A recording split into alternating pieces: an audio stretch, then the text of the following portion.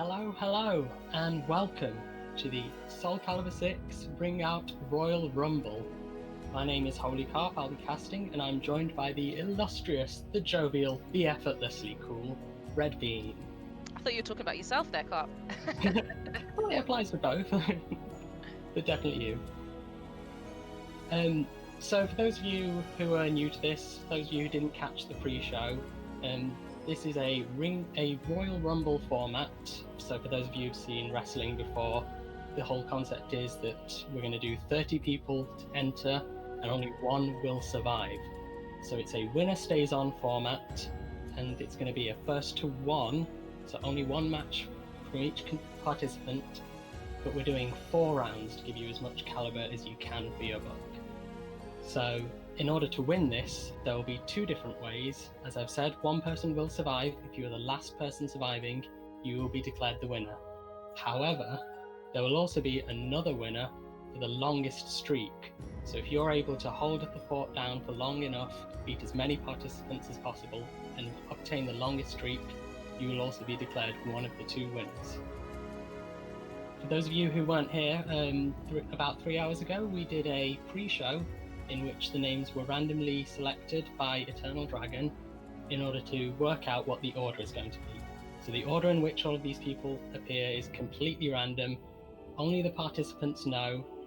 So there are going to be a lot of surprises. I'm guessing not many of you will know what order to expect people to arrive. It should be really good fun. So, how are you feeling, Red Bean? Are you as excited as I am? Do you know what? I'm absolutely buzzing, to be honest. I think what's really interesting about the Royal Rumble format is it's quite strategic in a way. And all the kind of dirt, you know, when people are in a tournament and they throw out their dirty things in the first game and your opponent's got the chance to adapt in the second game, you have none of that. You've got your 4 rounds and that's it. And if you lose, you're out. So all the tricks from the latest patch, all the character-specific tricks, all the tricks that people have labbed, they're really going to come into play in this kind of format.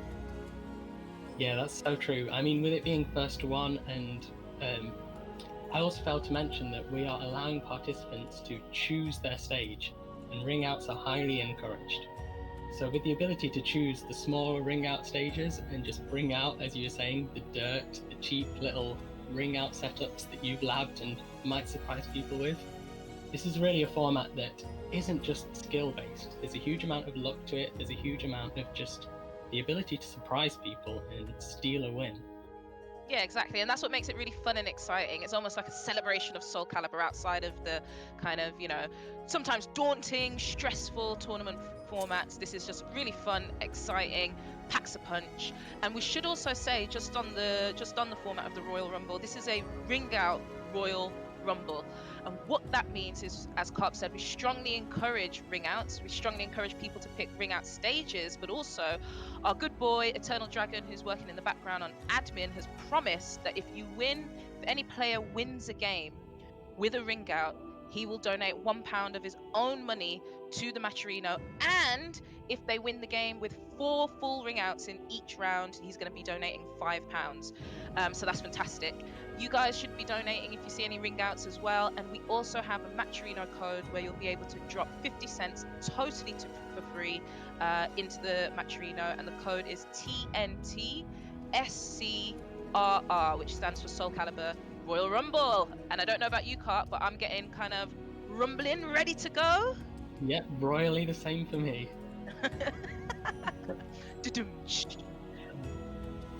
So, we're first going to be joined by Milo's versus Eternal Dragon. And so, as some of you might not know yet, just like the original Royal Rumble format, we encourage people to make an intro, just like a wrestler. Sort of background music and a little background video to introduce yourself. And we're delighted to announce that Milo's has been getting into the spirit of things, and he has himself submitted one of his intros. So we'll be cutting to that first before the match. I haven't seen this, so hype, hype, hype. No, neither have I. So fucking precious when you smile. Yeah. Hit it from the back and drive you wild. And this is to go even further beyond. Wow!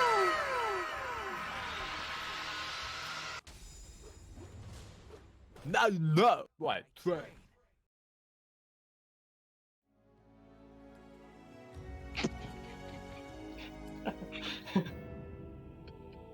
I was desperately trying not to burst out laughing there. I have to say, Milo's good shout.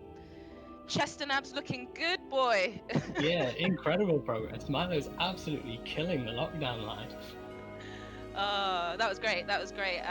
Love bringing the hype train. Thank you so much for that, Milo. So I think we are going to kick off with the first game quite soon. Yeah, I think so. So we're going to have Milo's versus Eternal Dragon. If I was Eternal Dragon right now, I'd be feeling pretty scared after seeing that. Just seeing that, formidable yeah. Intro. Welcome to the Milo's stage of glow up history. is something to be feared, definitely. Absolutely. So this is going to be an interesting one, Clark, and I'll be interested to hear your thoughts. But Milo's, with Killick, is quite a ring-out style player. So I'm not going to lie, a little bit of bias, but I'm fearing for Eternal Dragon here. Yeah, I know what you mean. I've definitely been on the receiving end of too many Milo's ring outs. You'll think you're winning, and then just bam, GI, carried straight out the ring. Yeah, Killick's also got like specific moves that if you don't know how to deal with them very well, you get caught by a low that you shouldn't do. Boom, you're out the ring as well. So it's going to be a test of knowledge for Eternal Dragon as well as a test of does he know kind of Milo's playstyle. That's true. But I think Eternal Dragon will be putting everything into this, because if he allows Milo to quadruple ring him out, he's going to be losing a lot of his own money because of that. Yeah, So exactly. he's So going to have to work out really there's hard. definitely reputations on the line during this kind of format as well. Yeah, wouldn't that be beautiful if in the first game we got that first quadruple ring out that we're waiting for? Ooh, great wall combo here from Milo, applying on the pressure. No ring out because he was in the corner. Oh, is this going to be the ring out? Oh, he didn't go over the wall. Yeah, Eternal Dragon managed to save himself with some beautiful air control there. Yeah, good awareness from Eternal Dragon. He grabs the first round, so he's contradicting my my bad guesses on how he would do in this game so far. Yeah, he's looking very strong. And as you might have seen in the latest patch, Mitsurugi actually got hit with a few nerfs. But it doesn't look like any of it's affecting Eternal Dragon right now. Ooh, it's hit there, real long range. Yeah. Milo's just running with momentum, going in. Bam, A plus B. For some I mean, if reason he gets Eternal hit. Dragon maybe tried to step. It is just about on the border of being steppable in reaction. Okay, cheeky AA there. Milo's with the whip punch. So no one in this, so what's going to be really interesting about this format is kind of how people try and push their opponent to the wall, and both players are playing pretty standard neutral. It doesn't look like either of them are really running to push their opponent to the wall, if that makes sense. Movement could be a really useful strategy for positioning and bringing your opponent real close to the wall, actually. Yeah, that's very true. But I think these players have already, just in those first couple of rounds, proven to each other how much knowledge they have and how solid they're going to play. So I don't think either player really wants to take massive risks, just betting everything on the ring out. Yeah, that's very true as well. You know, you've got style versus, okay, well, do I want to win? Yeah, that's true. Gotta It's a hard balance it out. balance to strike. Milo's just throwing out the A plus D and going backwards and striking. Milo's relentless with the pressure right now.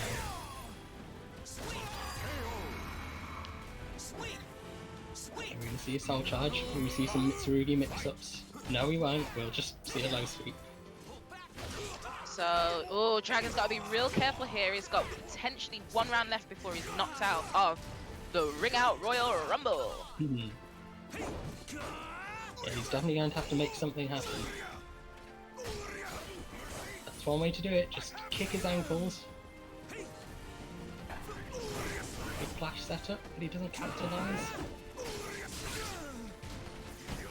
Milo's throwing himself onto the floor and just jumping around. Soul charge. It's gonna be. Oh, big whip there. Is that a punish? Oh, the B6, I believe it was. Oh, and Milo's takes it. Oh, nice Just- reaction there to the low. Yeah, I think we might have just been a little bit out of sync there. Yeah, I think I'm a little bit behind you. Hopefully, You're you'll be seeing back into in the sync. future. Yeah, just the power of my reads. Yeah, hopefully just a one-off SoulCalibur Online glitch. Hopefully we'll be good to go for the next one. So who have we actually got up next? So for those of you who don't know, the way in which the Royal Rumble format works is we've got 30 players, winner stays on, and you kind of go through your bracket of players. So there's no kind of making your way through losers. If you lose, boom, you're out. So we shouldn't be seeing a reappearance of Dragon, although who knows? Some magic might occur. We might see him again later for some reason. Yeah, it's happened before. We were just talking about if anyone actually did watch WWE, the time when Mick Foley entered 3 times into the same Royal Rumble as Mankind, Cactus Jack, and Dude Love. Definitely against the rules, but sometimes rules are there to be broken. And I'm sure Ivy and Aswell and other characters would agree with that. Hey, I play very honest characters. I'm not a rule breaker, me. So we're just waiting for one of our players to get themselves into the places where they should be. But in the meantime, folks, don't forget we do have a Matcherino. And the code for the Matcherino is TNTSCRR. Please use that code to donate 50 cents for free. As usual, we are also accepting donations of livers, hearts, intestines, anything you got, guys. Just throw it our way. We are not choosers. But yeah, it would be great if you guys could donate. Yeah, please do get on that. Eternal Dragon has already been pledging his own money. Every time someone wins with a ring out, he's donating $1. And if we ever see the legendary quadruple ring out victory, I believe he said that would be $5 donation. Indeed. So I encourage all of you to all do the same. If you like what you're seeing, throw some money into the pot. And even if you can't, as Red Bean said, we've got free promo code that you can enter just to add 50 cents, not even your own money. Go for it. So, I don't know about you, Red Bean, but are you aware of who our next player, Testiskulls, plays? Testiskulls. Yeah, I am aware of him from offline scene, actually. Who does he play? Yeah, I was just trying to remember myself. He might play... For some reason I've got X comes to mind. Oh, Yoshi! I think he might play Yoshi. Ooh, Yoshi would be interesting for ring outs. Yeah, for sure. Because this is the ring out Royal Rumble. We want you to throw your opponents out of the ring, above the top rope. I think Yoshi is perfect character to do that. Ooh, Nightmare! Oh, I should have known. Nightmare does make sense. So we haven't got a ring out stage here, but I think what's really interesting about this matchup, if we were on a ring out stage, is obviously Nightmare has great wall carry, whereas Killick's got great ring out. So it'd be interesting to see how that dynamic between carry and ring outs plays out as the tournament goes on. Yeah, that's definitely true. And each player will have the opportunity to select their ring out stage. So even if Testiskulls can win this off wall carry, it'll be interesting to see if the next competitor can come in and pick a ring out stage to challenge him. He's got his back to the wall though, looking pretty rough. Milo's is packing the punches and spoke too soon. Good punish from Milo with the Wild Rising K. Oh, and good punish from Testiskulls right back at you. Lethal hit City. Oh, that's not the right way to face. Gets him with the Asura dance. That's really unfortunate because he just messed up the combo off of that lethal hit 1A. And he could have won the round based on that. It really did look like his round for Testiskulls. Okay, gets the pick up. Boom. Yeah.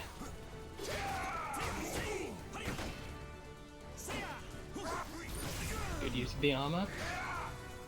Doesn't want to spend it just yet though. Oh, and the whiff punish. Oh, that's it. Yeah, good awareness from Milo's. Excellent. excellent Got to be spacing. real careful with While Rising A, because although the first hit of While Rising AA is pretty long range, like if you whiff, yeah, that's exactly what Yeah. you're gonna pay with. But both of those rounds look pretty close. I wouldn't count testicles after this just yet. Oh, nice step there from Milo's. Catch them ducking. Doesn't get the full combo. Picks up to A plus B. The stance pressure.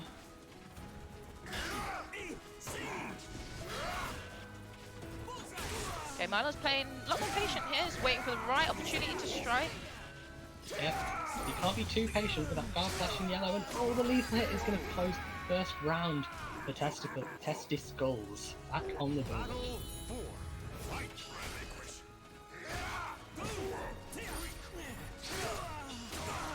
Good GI.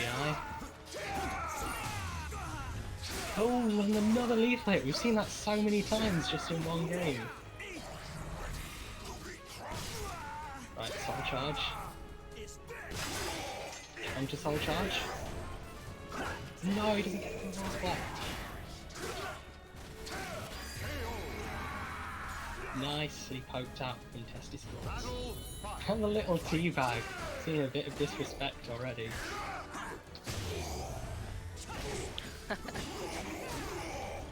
That's exactly what so the many format.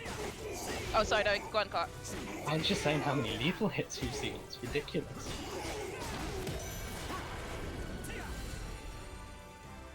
Milo's got 3-2 now.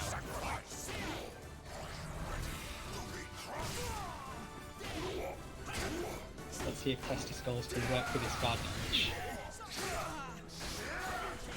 That's one way to do it. Milo's flashing red now. Milo's just dancing around. Gotta be real careful of that guard break though. Oh, and he ducks into the mid for a second time. I like the throw. He doesn't want to cash out on the guard break just yet. Ooh, but Milo's with the disrespect. What's the final mix-up? He went for the hard read.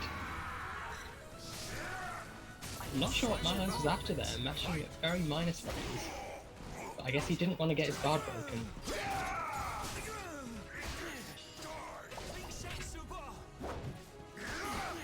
And that looks like it's going to be a whiff punch. Oh, he's just out of range! Right, Milos can't step too much. Oh, he tries to step the vertical, but he doesn't have the frames for it. And that's a guard break. That was your game, testicles. No ways. Oh. And the teabag to close it out.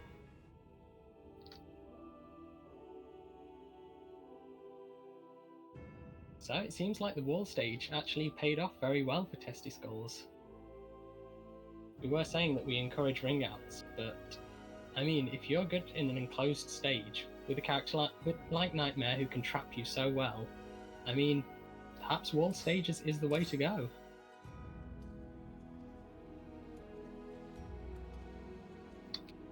So, while we wait for our next competitors, do not forget that we still have a Matcherino that is ongoing.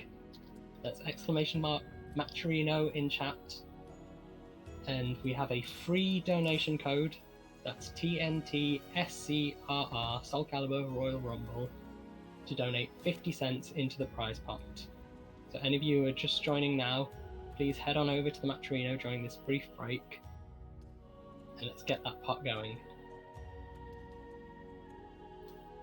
And just on the Matcherino, guys, want to say a big shout out to our two top contributors today, Silo Zen. Big up Silo Zen with the massive $15.50 donation. And Silo Zen says, "Buff Dan, let's get some walls to move." Nice. Not sure what that means, but got Dan giggling in my ears in the background, so he appreciates it. And also Zolith with a $5 donation. Thank you so much, guys. That's greatly appreciated. Come on, chat. Don't let Silo Zen and Zolith out donate you. You know you can do better. Dig your hands in your pockets and put it in the Matcherino. We'd love you forever. Absolutely. So I believe we're about to see a Nightmare Mirror match coming up next. Ooh. How exciting. And I believe we've also got a Lord Ginger introduction video. The Azure Knight. I'm sure he'll be featured in some way. Goes for the unblockable. Lord Ginger, you mad lad.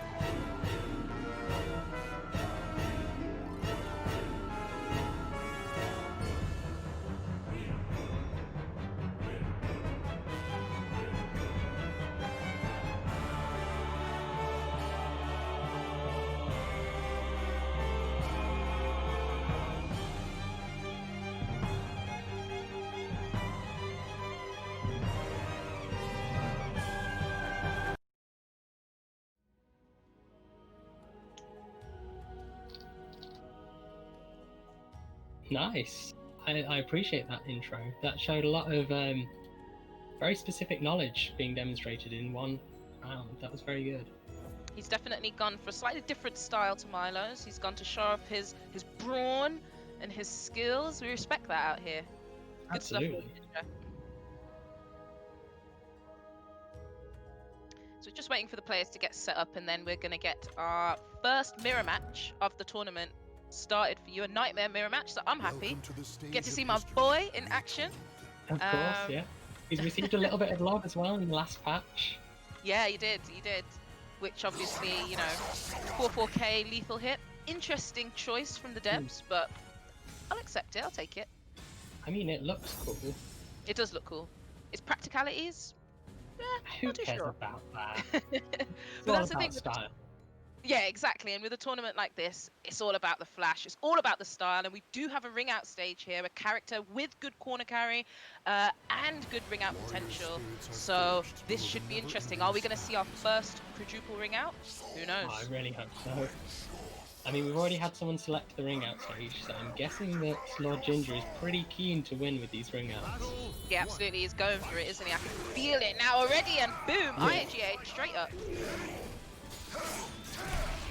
Ooh, early reversal edge. Rock, paper, or scissors. What's it going to be? Clash.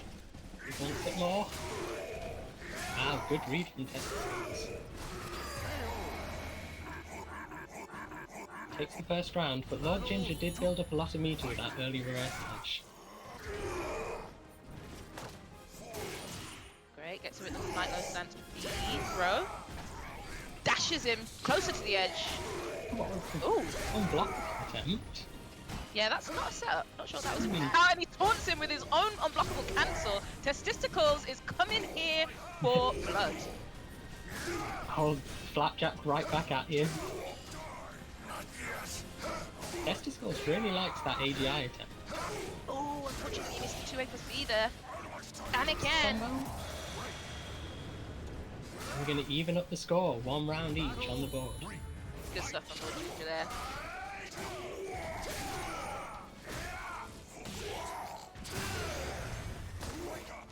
Testicles guessing right or left.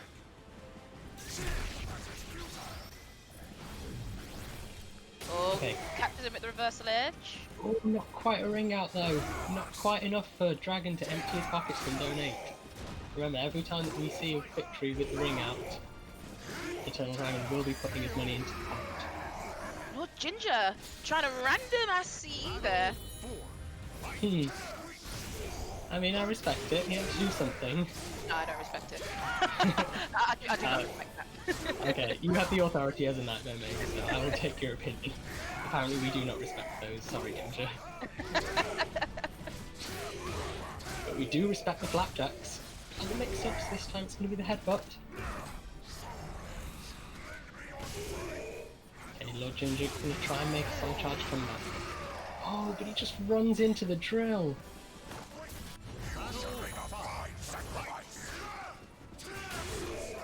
Okay, Testicles, if you want to win this, we want to see it with a ring out. But Lord Ginger, probably not going to give him that easy opportunity to get that ring out. And the lethal hit punch.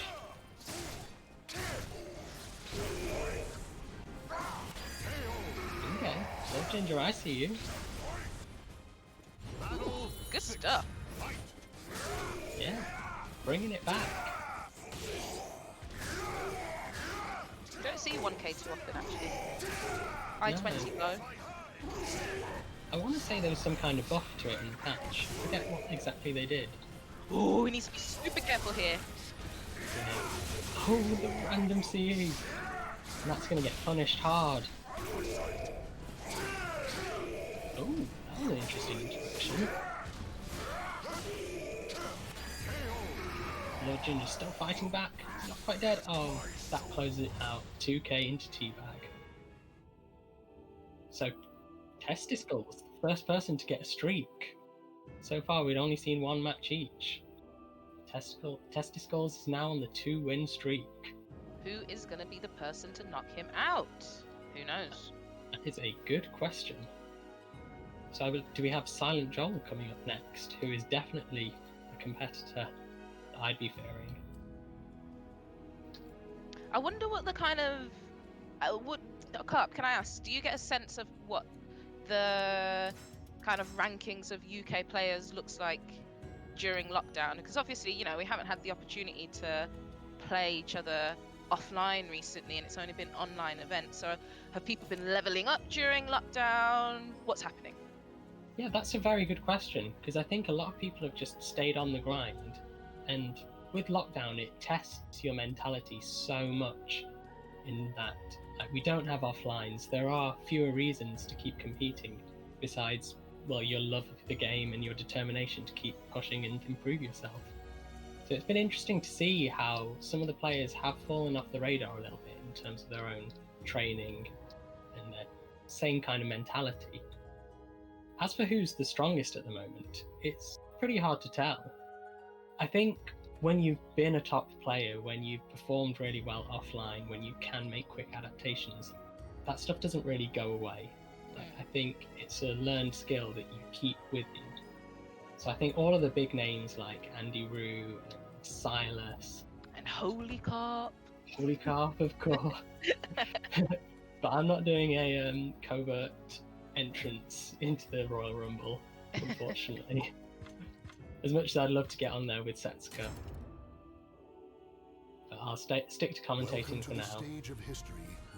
So it is going to be blah, blah, blah, blah, testicles. I want to start saying Testicles versus Silent Joel. Nightmare versus his alter ego, or the other way around, depending on how you look at it. Siegfried. We've selected the desert stage, so we're going for ring outs once again, which I always do appreciate. Definitely haven't seen as many ring outs as I've wanted to have seen so far. Yeah, have we even... There's been one, I think. Yeah, but I know that Silent Joel's going for the ring outs. Yeah, he literally already ran him to the edge straight away. Oh, he's going for the low ring out. He wants the base hold A ring out. So is Testicles, he wants to fling him with the flapjack. I guess what we're seeing here is it can be quite dangerous to run your opponent straight to the wall straight away, because when the position reverses, that's exactly what I was going to say. When the position reverses, you then become at danger of being rung out. Yeah, really brave from both players, and Silent Joel's forgetting to break the flapjack. Oh, he's trying to go for that reverse ring out there. Yeah, very close. Oh, and the second ring out! We are halfway to seeing the infamous quadruple ring out. Testicles he's not playing around. He's come with those big cojones today. Both players keeping it towards the edge of the ring. Now Silent Joel pushing him away. We've got to see the third ring out from Testicles. Oh, he could have had the second hit. Could have been a ring out from Silent Joel. Stance dancing. Yeah, Testicles. Oh god, I really can't say his name. Testicles. He's a commentator's nightmare, isn't he? I think he picked that name on purpose.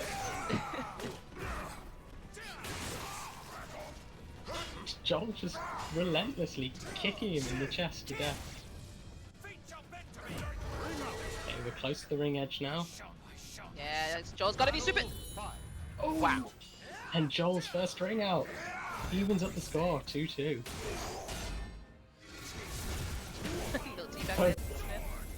great punish with the CE there from Silent Joel. Yeah, that was really nice awareness. Good choice to roulette there. It's going to push him closer to the edge. And in my hand. Testicles just throwing Joel around the arena. Good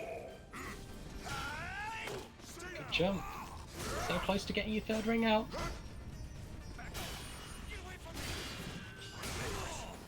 Both these players really want that ring out, you can tell. Yeah. IGA. There he goes for the crouch grab.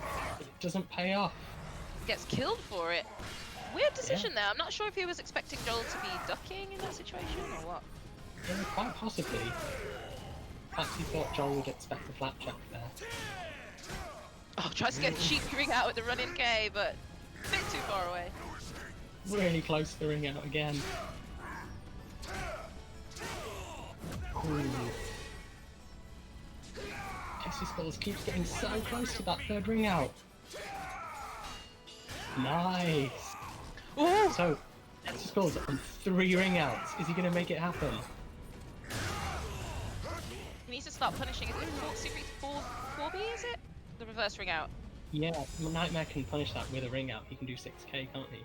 Yeah, exactly. A 4th ring out! It's happened already! Bang! Game number 4. Quadruple ring out. Goals. Was that Eternal quadruple Dragon, ring out? open your wallet. I believe it was. It was, wasn't it? Yeah, because he got the first 2, then he got it again. No way! Testicles. He actually did it. So far, Testicles has the biggest, the longest stretch of winning games so far. Yeah, And 3 in he's a row. got the quadruple ring out. He's looking pretty good. Yeah.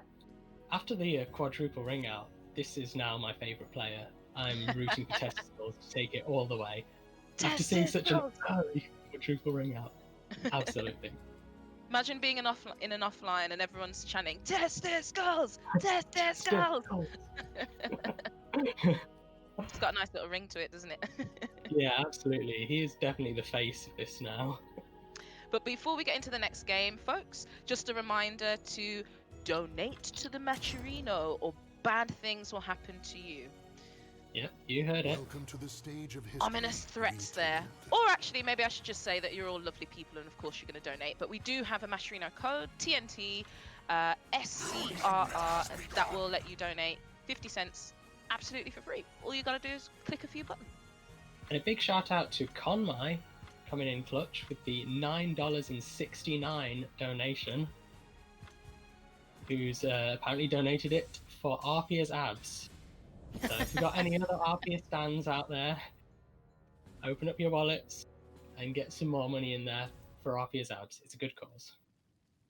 So Maedros, I've actually played him online many moons ago. It might have even been back in 2019, but I do remember an Ivy player. I never forget an Ivy player.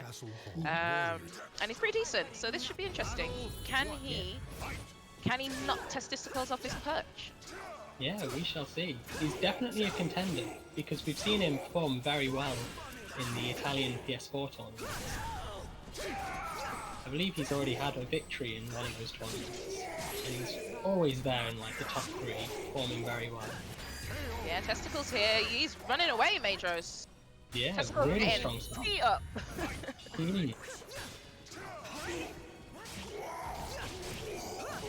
Maedros with the combos.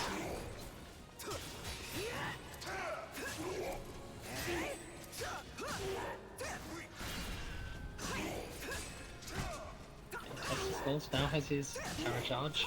Ooh, and the retracking on 68 for speed. No punish on Christmas Tree. One change that has been made is safe. Yeah, that's death. Bye. Yeah. Very early 2 rounds. Oh, and the lethal hit. Oh, and the optimal combos. Maedros feeling of that. Yeah, I gotta say that combo looks so cool. And speaking of combos, here's another one for you. Are you gonna wall combo?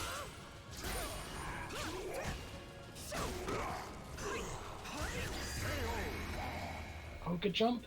Oh, that could have been a third combo. Closing Wow, it out with jumped the safety. right over Flapjack there. Mydros is not playing about. Yeah, amazing reads. Only been playing 3 rounds, and Mydros already has his number.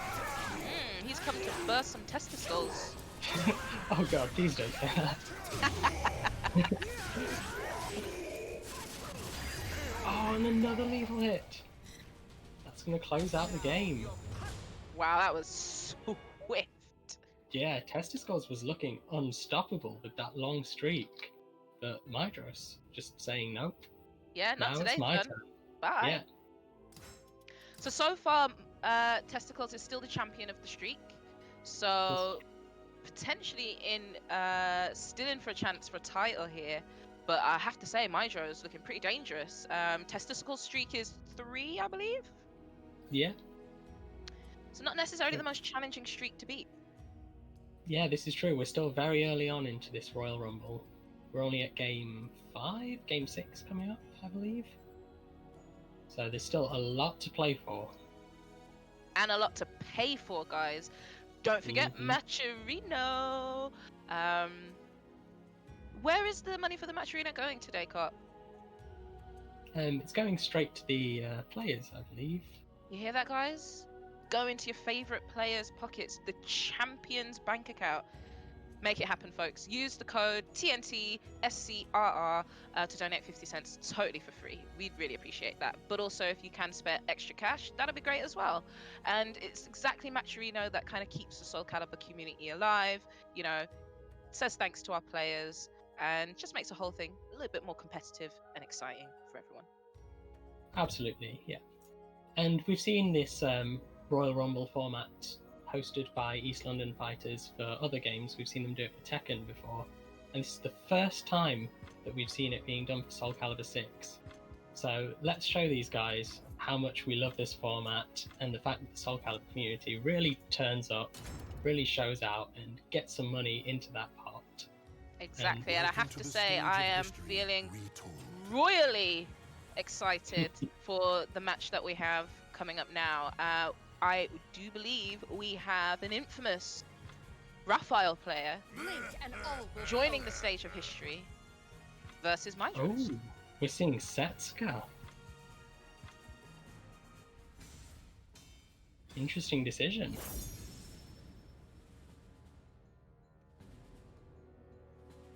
So we are on Setsuka's stage, brand new stage, and for those of you who aren't familiar with it, this is incredibly narrow. It's so easy to just push your opponent to that one edge. Like, you might think that because it's mostly walls, we'll see a lot of wall combos. But I think because of just how narrow this stage is designed, we've got an opportunity for both players to really turn the tides of the game and steal it with a ring out. And ring outs are what we want to see. We want to see Eternal Dragon emptying his wallet into the prize pot. Okay, minor connection issue. Hopefully we'll end up back on Setsuka's stage the second time, though.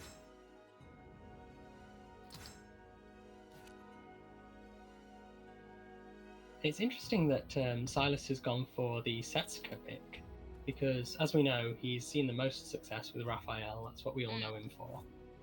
And with the way this format works, it's winner stays on and character lock. So now that Silas has picked Setsuka, if he wants to get the longest streak bonus and be the winner for the longest streak, or even the winner for the last man standing if he can take it all the way to the end, he's going to have to do that with Setsuka every single game. It might be, who knows, maybe he's got some dirt that we don't know about. Oh, speaking of character lock though, doesn't Mydros have to play Ivy?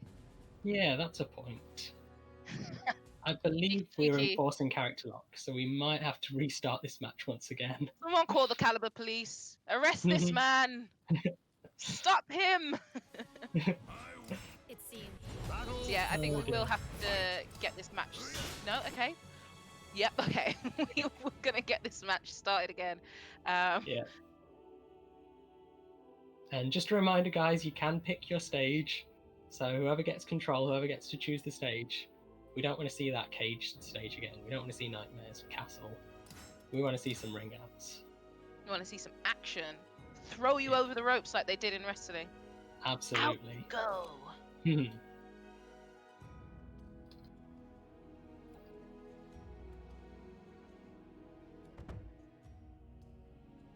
So we've had in the past, we've had previous Royal Rumbles hosted by East London Fighters.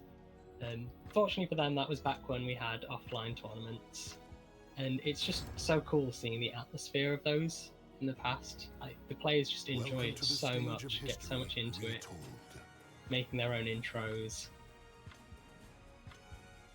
And it's cool that we've got this opportunity to do it online as well. But I think the players are just hopefully just going to have fun with it. Yeah, and I think that's the kind of bottom line of this kind of format, isn't it? It's fun, it's exciting, it's hype building, it's creative almost, and it's a bit strategic. And but it still managed to capture like that competitive spirit. So I'm really glad that Elf have put in all the work to put this event on, because it's just a good old laugh on a Saturday afternoon, isn't it, guys? Yeah, exactly. So, third time's a charm. Going to the match. For real now. Ivy versus Setsuka. Ring out galore. Let's go.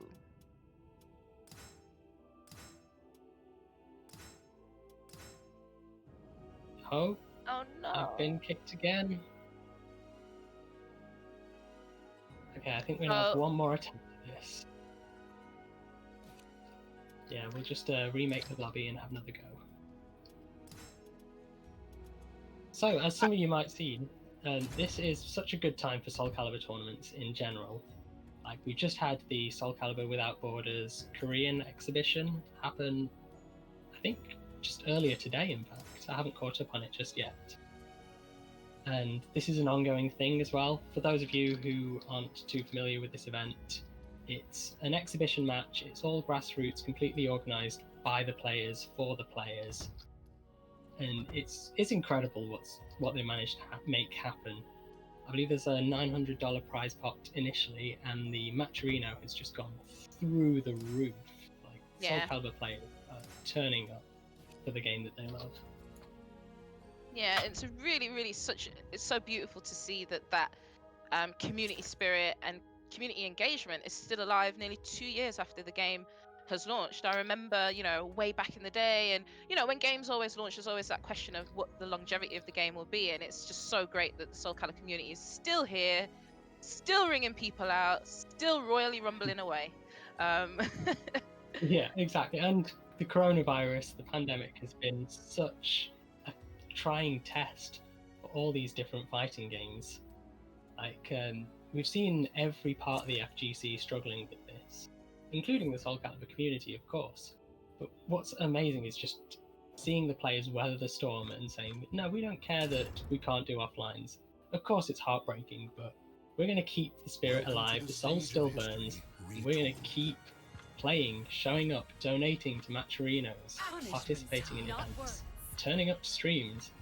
And it's just amazing to see how far this passion has carried our game and carried the players.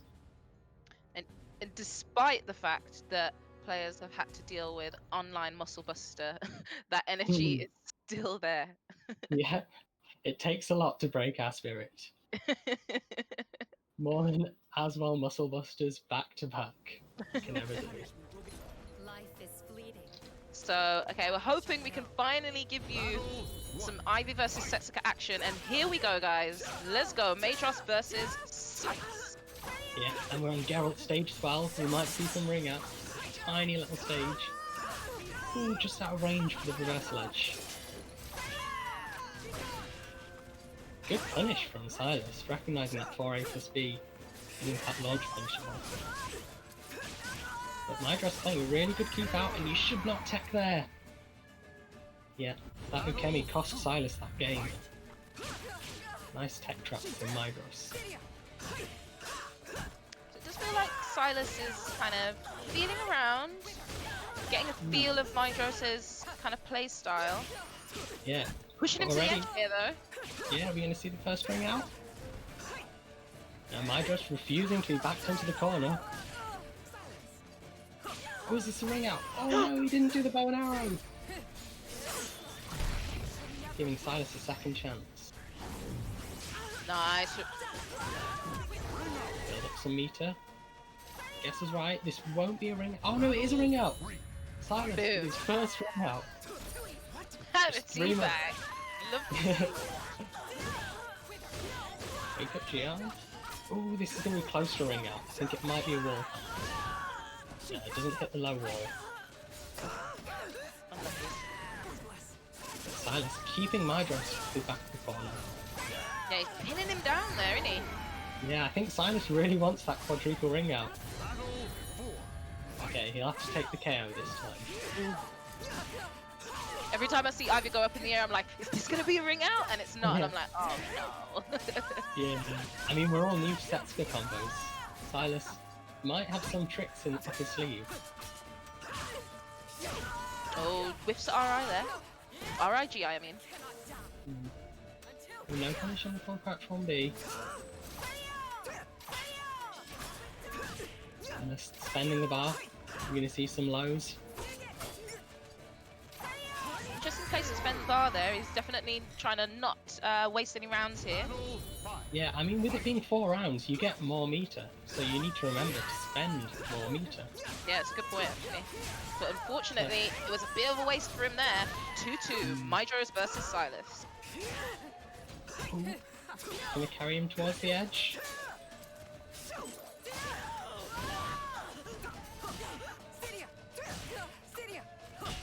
Good poking game from both these players.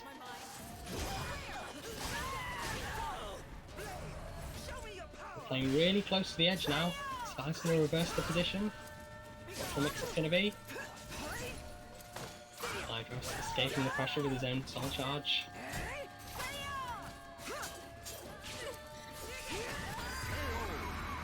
Run up grab. That'll do it. Both players just with a tiny bit of health, and Mydros takes it with the 2-2-A+B. Silas is going to get one more bar of meter in return though. Will he be able to make this one count?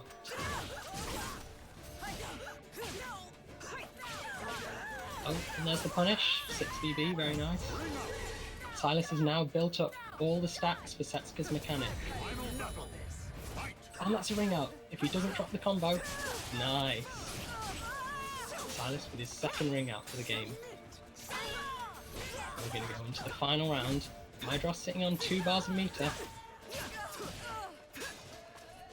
I don't know who's going to take this, to be honest with you. Yeah, this is looking very close. Whatever happens, I hope it's a ring. That's all I'm saying. Ooh, again, no punish on the full crouch 1B. Punish the Christmas tree? Yeah. Mydros spending his first bar. Good step. And the soul charge combo? Nice. A clean 91 damage. But the CE! Excellent read from Mydros, spending his second bar and maintaining his win streak.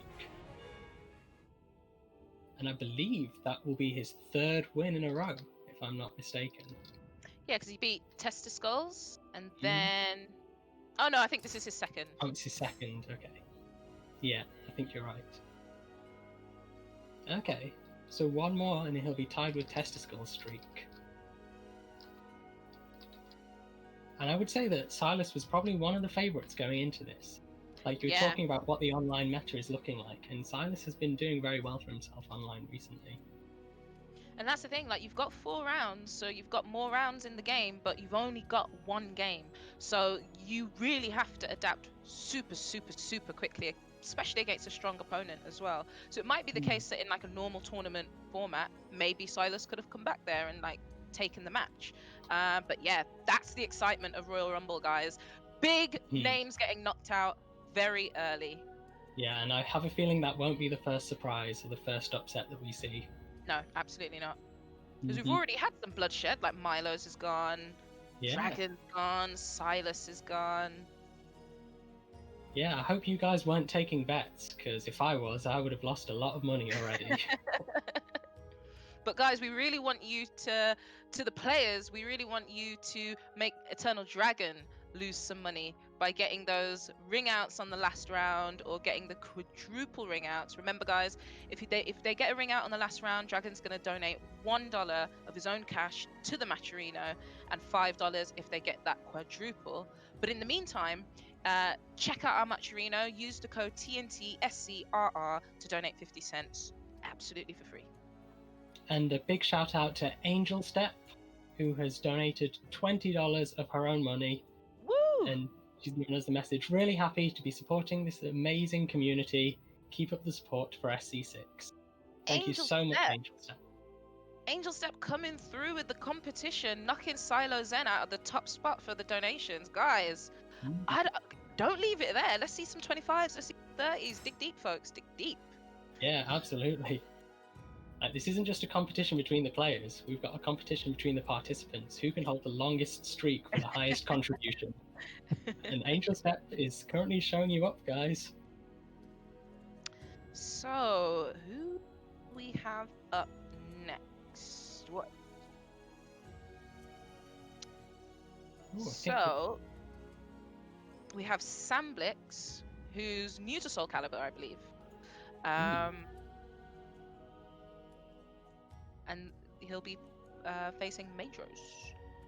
Are we going to see an Ivy mirror match here? So I believe Samblix was introduced to the community by his friends Loz and Lionide.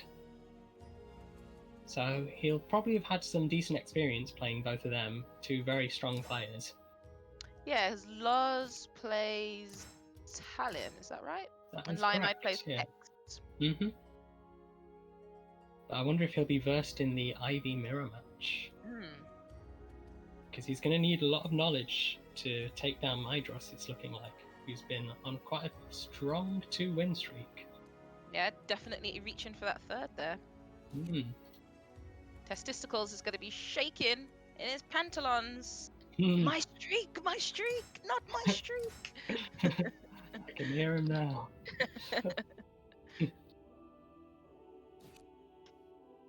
So just getting that match ready for you folks. But how are you guys finding the Royal Rumble format so far? Are you guys buzzing around your rooms with excitement? I hope you are. I would be. Yeah, if I didn't have to stay in line with the camera right now, I would be jumping around. I'd be imitating wrestlers, jumping on my bedpost, pretending it's the top corner. Yeah.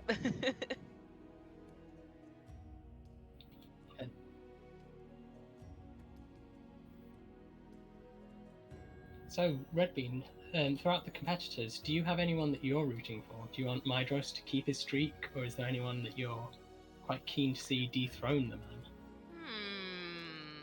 Well, I have to say this. I'm gonna pick this person for no reason other than the fact that this player really likes my cats, and I like my cats, and therefore I like this player, and that is Andy Roo, of course. That's as I'm good a hoping reason Andy as ever. well. Yeah. How about you, Got? That is a good point. I mean, I like your cats too. Like, white cats are always beautiful. I hope that we get to see a guest appearance of them just in the background at some point. Yeah, I'm hoping so too. It's really sunny outside though, so they like to go out into nature and enjoy, but occasionally they'll come back home. So fingers crossed we'll get a little cameo at some point. Yeah, I look forward to it. But in terms of players, I would say anyone who's willing to show off the Setsuka will have my heart. Fair enough. So, unfortunately, Silas couldn't make it happen with Mydros showing such a strong performance. But if there's anyone else out there in the participants who wants to give their hand at the umbrella, I'll be pretty happy to see that.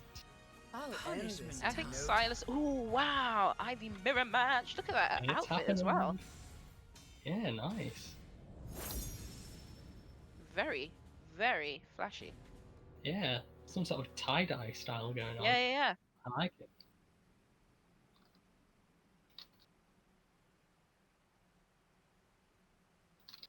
I can tell that somewhere out there, Daniel is just kind of exploding in his seat, just wanting to tell people about this stage. Oh, but the game cuts out, so I guess I'll never get to tell you about that stage. What a shame. Come on, SoulCalibur, we love you, but why? Oh, you hate to see it happen. So But it Samblix, gives... Sorry, go on. I was just going to ask, do you know much about Samblix as a player? Have you ever played him? No, unfortunately I don't. I'd like to know as much as I can about all of the Ivy mains, the fellow evil masterminds who are willing to pick up this character. You like to have your grip on the kingdom. Yeah, absolutely. But unfortunately, no, I'm not too well aware of Samblix. Just what I've heard from Danurai about him being a new player, friends with Lars and Lionide. So I have no idea what to expect, to be honest. I do like these unknowns, though. I guess that's what makes Royal Rumble so good, right? Because you can, like, for example, Mydros, get these players that just come in to the stage and kind of disrupt things. So who knows? Samblix might give us a really exciting show, or might fall flat like a dead balloon. We'll see. Yeah, but with these flashy casts, like, however he performs, I think he's already won in one way. Yeah, Rainbow Cass Ivy. I like it. Yeah. Good showing for Pride. Woo! Cheeky little lipstick mark on Ivy's shoulder. Don't know what she's been up to, but I won't ask. She's been playing with testicles again. I think so. That's what she gets up to on a weekend, and we don't judge her for it. Oh, it's hanging on connecting. This is the real matchup. Oh, okay, I think we're winning the online matchup now. Oh, did I speak too soon? I spoke too soon.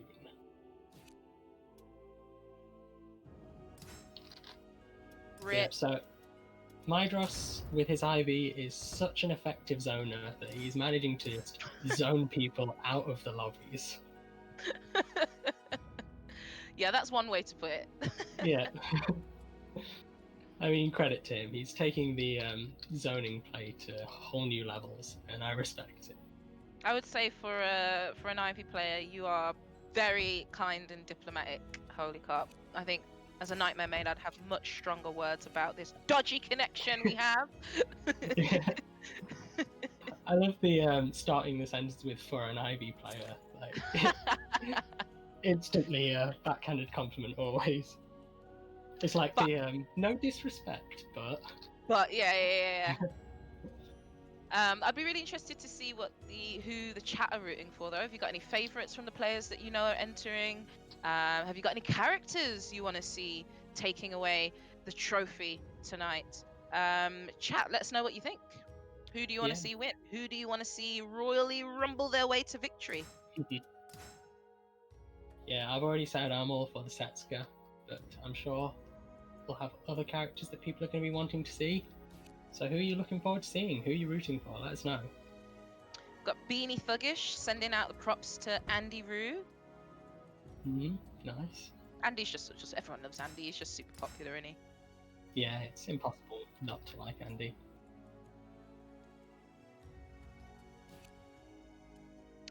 So, while we're getting this lobby set back up, guys, don't forget we have a matcherino. I've probably said that like 10 times now, but I'm trying to say it in different ways each time. So yeah, it's I enjoyed exciting. the 11th. Yeah, exclamation mark matcherino in chat. In fact, I'm going to do that right now. Did I spell it right? Yes, I did. Please follow the link, enter the promo code if you haven't already. If you have multiple accounts, you can do that as well. TNT SCRR. And Angel Set's still on the throne for the highest contributor, so if any of you can dethrone her, we will. From the Twitch chat, we're getting various different levels of love for Andy. I can't, for legal reasons, repeat what's being said in the chat, but some love for Andy, some hate for Andy. Yeah, and some, I guess you'd describe that as love as well. Yeah, I think Zero, that is a form of love. Zero. For Andy, Yeah, a very aggressive form of love that we love to see. Okay, so we're trying again. Desert stage. So hopefully we'll get some ring outs. Yeah, I mean, I find it hard to believe that we won't get ring outs with Ivy plus this stage. Yeah, it's gotta happen.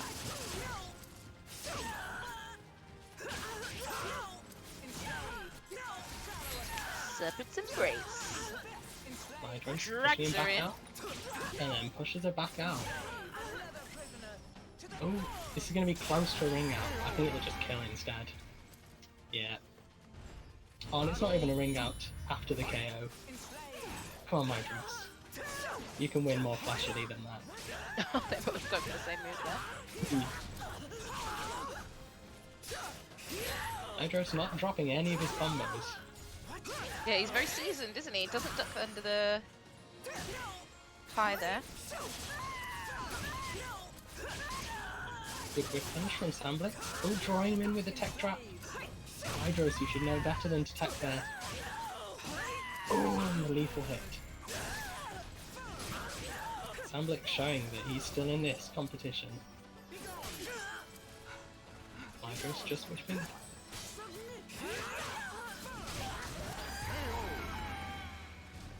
Misses the punish.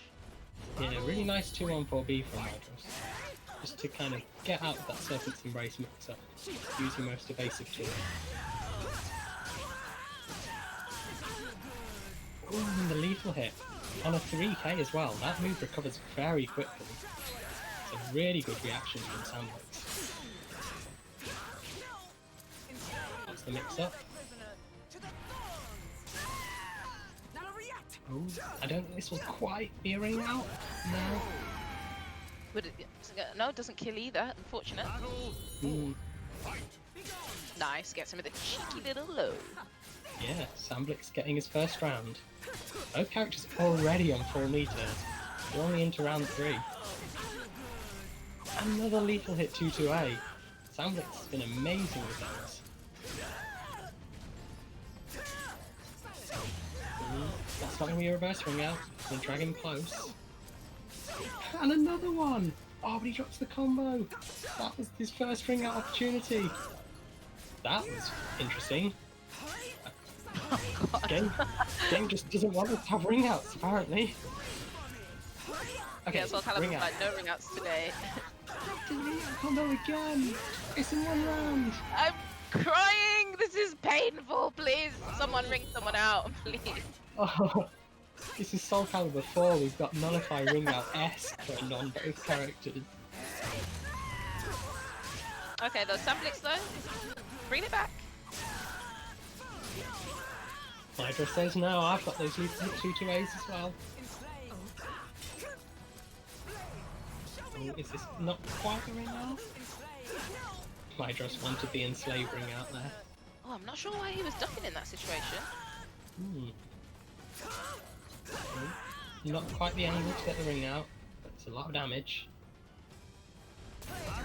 Oh, and a ring out! There we go! There we have it. But unfortunately not the final round. We need another ring out in the final round if we want to enter Eternal Dragon to put another dollar into the pot. Hits him with the unblockable. Good finish from Sandwich. Sandwich needs to spend his meter if he wants to stay in this. Oh, but he gets hit by the trapped 3A plus G. Unfortunately dying on full meter, but a strong showing nonetheless. Yeah, he did really well to bring those 2 rounds back, absolutely. But Mydros, now I believe officially overtaking Testicles, with the 4 win streak so far. Yeah, we have a new name on the board now. I mean, it's still anyone's game. We're not even halfway into this Royal Rumble yet. Not gonna lie, Carp. I'm not sure how much energy I have for Ivy left in me though. Oh, I'll bring the energy for the 2 of us. If it's Ivy on screen, I'm always excited. I think that's so. I guess the one thing about like a streak is if it's with a character that you don't like, yeah, bit of an issue. But anyway, there is a character that I do like coming up next. Darksea with her Tacky. Now Darksea is a somewhat controversial player, has created some amazing offline upsets when we, prior to COVID-19 and the pandemic, some incredible showings at offline tournaments. So let's see what she can bring to the stage of history today. Yeah, and it's worth mentioning as well, if for those of you who've been following the OFC, the Online Fight Club, and if you're not following it, I strongly recommend it. It's a series of exhibition first fives and first tens between all different skill levels within Europe.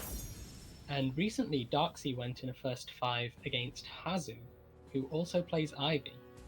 And Darksea played out of her mind. She speedran that first five.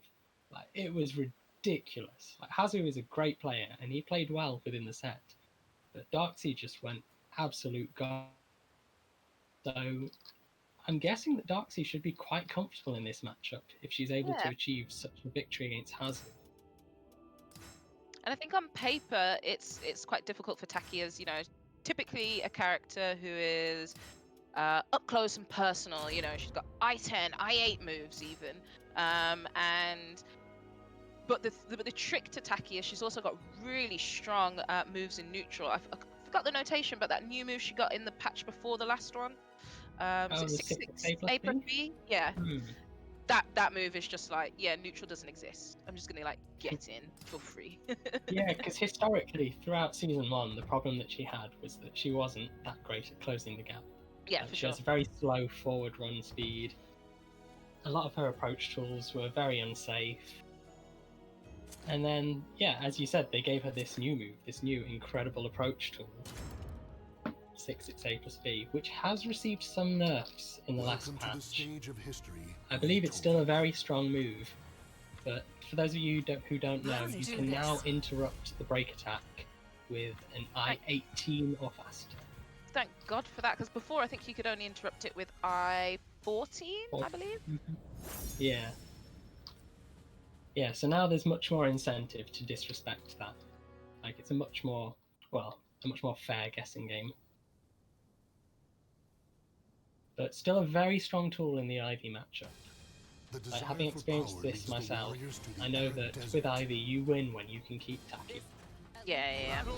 Which is Ivy's quid pro quo, isn't it? Yeah, so many of her matchups feel like that.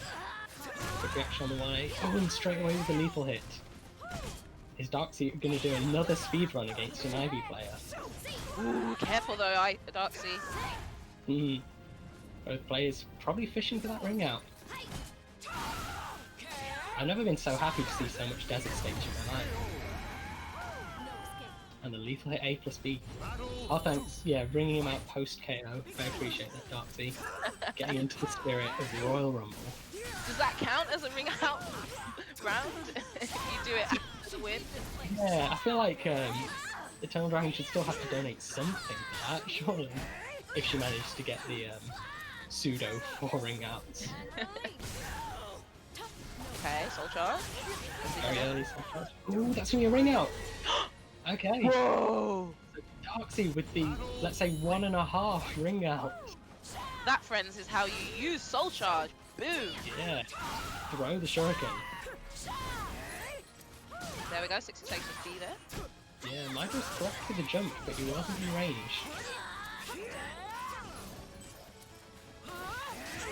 Are you doing ninja stuff to escape that? Ninja stuff. Yeah, I think that's what the move's called, right? Ninja stuff. Oh, nice, and again. Just gonna somersault over your head, Ivy. Good GI. Oh, is that gonna be a ring out? That's a ring out.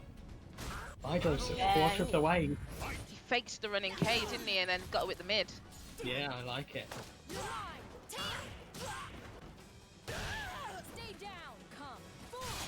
Darksea starting the pressure with a grab. I haven't seen many grabs from Mydros. Oh, but we have seen a lot of lethal hits, and there's another one.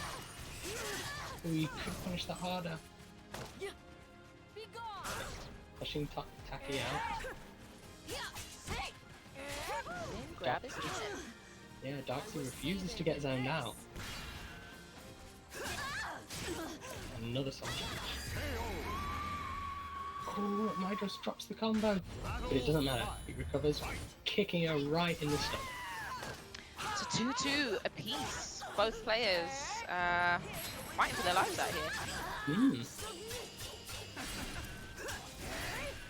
What's the mix-up gonna be? Hydros not dropping the just frames. Nice punish. Yeah, good work from Darkseid staying down. Answers with a lethal hit on Wake Up. It's not the combo. Is that gonna work? No, not quite. I don't think this will be enough to kill. Be very close. Okay, what have you been saving, Darkseid? Not very much. Gets poked with the mid. Mydros 1 round from continuing his streak. Ooh, the lethal hit on the grab. This is gonna hurt. Wake Up roll. Starts. No, she doesn't do it. This isn't looking good for Darkseid. Yeah, I was gonna say she's running out of time here to bring this back. It's gonna have to make something happen. Oh, I think that might punish. And low health. This is gonna do a chunk of damage. Taking it to yellow health.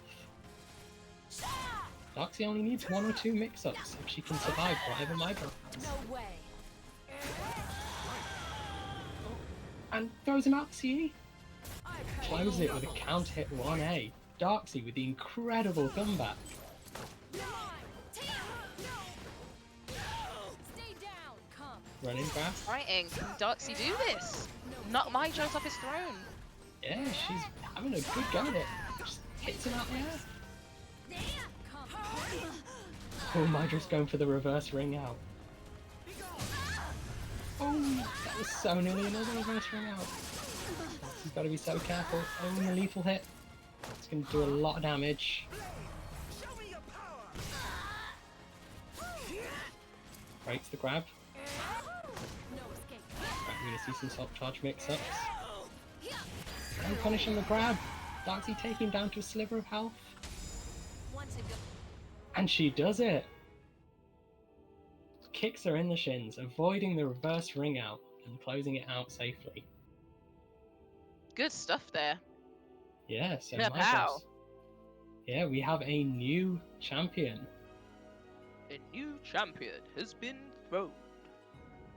But how long will it last?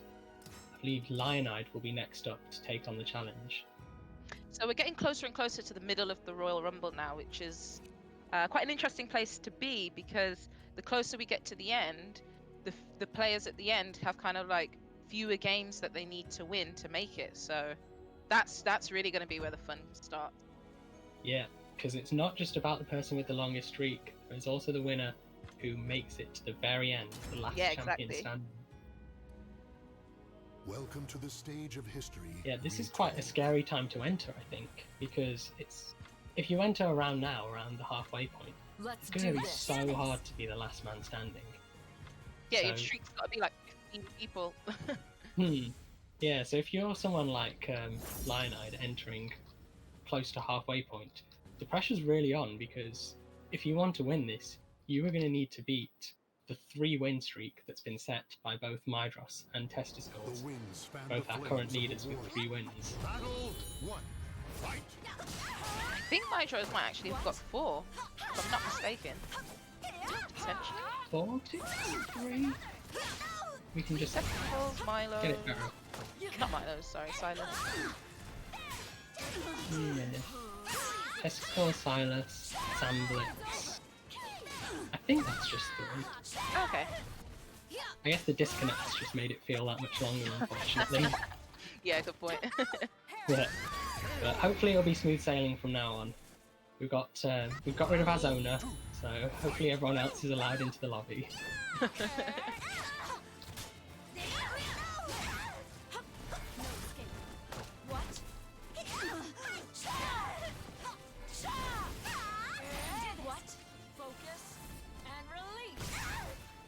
So Lionide's doing a really good job of just resisting the pressure that Darkseid has. He's making it really hard for himself to be pinned down.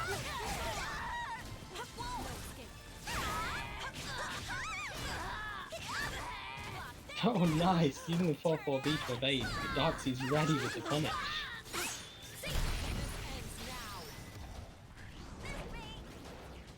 Good mix-ups from Lionide, guesses right 3 times in a row. Oh, but he doesn't step the reversal edge. But he does guess right. 1 in 3 chance of guessing that. And Lionide makes the right call. Yep, that is minus on hits. Oh, ninja stuff. Here we go.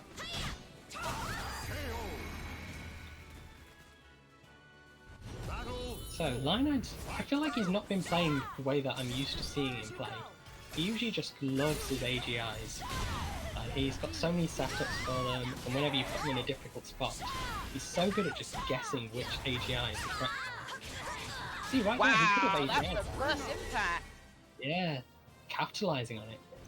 Big damage from that. Is this going to be a ring out? What? Yeah! She just slipped silently out the ring. I wasn't expecting that. Because she's a ninja, she just slips out silently, no one even sees it happen. Yeah, Darkseid getting a lot of leverage from 6k at the start of the round. Punishable on block, so Lionide could just be a bit more patient there when starting the games. Lionide getting his first AGI, his first big AGI, but he doesn't get the combo. But he does have the soul charge pressure. Darkseid's ready for it. Oh, IMC.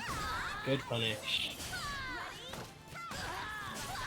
Yeah, he wasn't getting caught by that a second time. There are a couple of characters like Nightmare who can react to Taki's CE on startup and interrupt it. Yeah, and I think because this first CE went unpunished, Darkseid got into a false sense of security thinking, yeah, I can use this. Yeah, and absolutely. just like that, Lionide already one guessing game away. Whoa, Lionide, let's go! But we saw Darkseid make a huge comeback against Mydros. Oh, that was amazing! You knew that the Crybaby was coming and she just jumped over it. Woo! Oh, This is getting tense. Yeah, that's it. close it out with a Wild Rising A. Oh, that's Valiant so effort fortunate. from Darkseid. Yeah, I great really from did think she Lionide, was going to make the comeback. Same. Yeah, so a very strong victory from Darkseid beating Mydros, who was running wild on everyone. But just like that, Lionide is there to stop her before she can build any momentum. Guys, don't forget, we do have the match Reno still ongoing. Haven't seen a few donations in a while, and I think you guys can change that, because I can always count on the SoulCalibur community. Whenever we think that we've given all we have to give, the community is like, nah mate, we got more to give. And I'm sure you guys can do that. You're definitely the good cop, I'm the bad cop. I'm gonna come for you guys if you don't donate. I know where you all live. Just put some money in the matcherino, guys. You don't want that. Yeah, this is Red Bean when she's chill as well. You would not like her when she's angry. So we've actually got Dexus up next against Lionide, and this should be a really interesting matchup because obviously Dexus is one of the big names in Europe. So yeah, this should be fun to watch. Yeah, I think a lot of people will be scared of him. So let's see this intro. Let's go. Canyon, bring this back. Oh, good punish. Not overextending with the loops, although Dexus is currently just either stand blocking or pressing buttons. And there we go. Beautiful hits. Dark Legacy doing so much work. Oh. Chance to challenge after that as well. That now you're staying there, man. Let's go. Canyon, bring this back. Oh, I love that clip so much. I mean, I've seen it a couple of times and it still gets me. That right there is just quintessential Dexus gameplay. Getting emotion over there in the corner, Cop. Yeah, I am. I'm so many emotions, mostly angry. Just so angry that this is allowed to happen. Yeah, as soon as you think that you've got Dexus back against the ropes, to use a wrestling term, and then he activates his Dark Legacy and he does exactly what you just saw in that clip. GG's. Just deals around from you. And worth mentioning that was the SoulCalibur Without Borders tournament that we saw that clip from. So I fully recommend that everyone tunes into the remaining 2 areas that still have to go, which are Central America and East Coast America. There'll be a lot more hype. Here. Oh yeah, so this is the blue shell Siegfried. I term that I think it was coined by Milo's. I'm not too sure. Basically, the way that Siegfried plays, or the way that specifically Dexus plays, as we're seeing right now, is that the other person is allowed to think they're winning, but then suddenly Mario Kart rules come into place, and the blue shell hits you just when you can see that finish line right there in front of your eyes. Dexus just lands that blue shell on you, just like we saw in that clip against Yin before this match started. I see. I love the lore behind this outfit. Actually, that's yeah. Here we go again. That's great because I have to say it's one of the reasons why I don't play Mario Kart, because I'm just like, what? I'm about to win and I get inked. Like, what's that about? Yeah, I know, right? Freaking bullet bill just comes out of nowhere, destroys your life. And we've already seen it there in the previous round. Lioneye did so much work just chipping Dexus away slowly, and then Dexus just walked around him and got the ring out. Is it going to happen again? I think it might. Lioneye has a huge life lead, but now the blue shell's in play. Yep, once again, get blue shelled. And this feels like, it must feel quite overwhelming for Lioneye, because it's not as if he's doing, like, he's getting Dexus down, his health bar like down right to the end, and then as you said, that blue shell comes out and kind of wrecks his day. Yeah, it's just so scary knowing that at any point Dexus is going to flip the switch and drop that shell on you. No taking a 66k. And this is going to hurt. Not quite a ring out. Oh, that was interesting. Oh, and the clash. Favourable for Dexus. Lioneye's going to have to be really careful to close out this round. Oh, that's not going to be fast enough. Smoothie was mashing. C lands on counter hit. Okay, Lioneye getting back in play. One round on the board. Dexus has also got one bar a meter as well, so definitely in a strong position going into this potentially final round. Yeah, Lioneye is really going to have to go. He's going to have to bring a blue shell of his own and win it 4 rounds in a row. Oh, not like that though.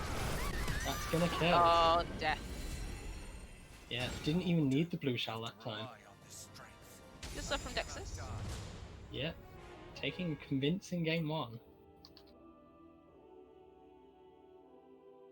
So as we saw, he did win the his region for SoulCalibur Without Borders. So this man is definitely on form, playing his best caliber. And it looks like this tournament's not going to be any exception. Yeah, I was going to say, it could potentially be quite... Dexus could potentially have quite a dominating win being at this position in the tournament, right in the middle. He has both the opportunity to get a long streak, and if he can take that to the end, also the opportunity to win that way as well. So for a strong player, being in kind of middle of the bracket is not a bad place if you're trying to go for a streak. Yeah, and we'll have to see how many strong players are coming up soon, because he's definitely got a window of opportunity to build that win streak. He only needs 3 more and he'll have taken the lead. So we're going into another intro here now. Let's get it. Hey now, you're an all-star. Get your game on, go play. Hey now, you're a rock star. Get the show on, get paid. All that glitters is gold. Only shooting stars bring the mode. Go for the moon.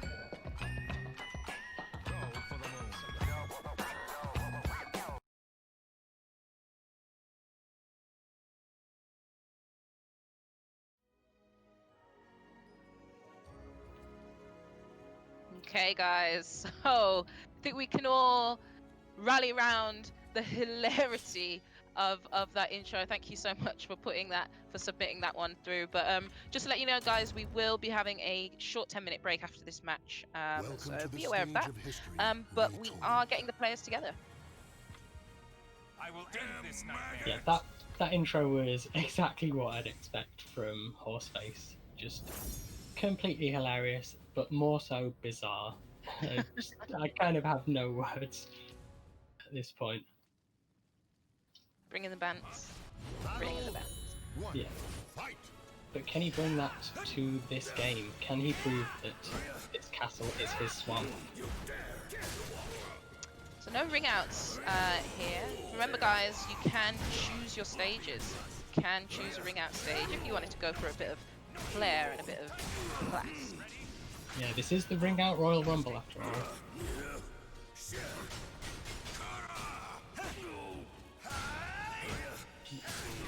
So it looks like Horseface has been struggling to punish the low sweep from Siegfried. I think Dexus might take advantage of that and keep going for that same mix-up. Dexus just rushing him down. Yeah, no punish again. Okay, the low grab. Very nice answer to that. After only needing 1 point. No, but he gets bobbled. Do not underestimate the blue shell. Even if your win is a very narrow margin, Dexus will still drop that shell on you and activate the bubble. Good duck on the grab. Dexus proving that he is the RE guard. Does he get S right? Yes, he does. It is almost Horseface here because he's flashing yellow as well. Yeah. First round and he's already lost his Horseface as well. That can't be a good omen. I like that. The bold commitment to just crouch grab in neutral. But it's not enough. He's now flashing red and 2 rounds down. Good punish. Chip damage from the Let's Go spin.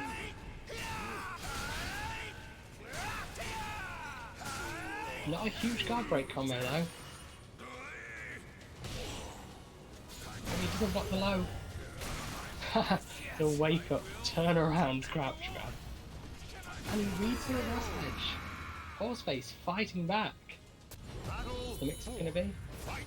Nice, run in and break attack. That is one way to beat the bubble. Horseface showing that he's made those adaptations just within 2 rounds. Throw, now the throw's out, he's powered up. Yeah, and Dex is looking a bit more scared. He's a little bit more hesitant to go for some of his stuff. But just as I say that, grab into grab, make it 3 in a row. Good duck. Get the wall combo. Is death? Kill. Okay. Oh, he doesn't tech. Yeah, Horseface really wanted the tech trap for the extra damage.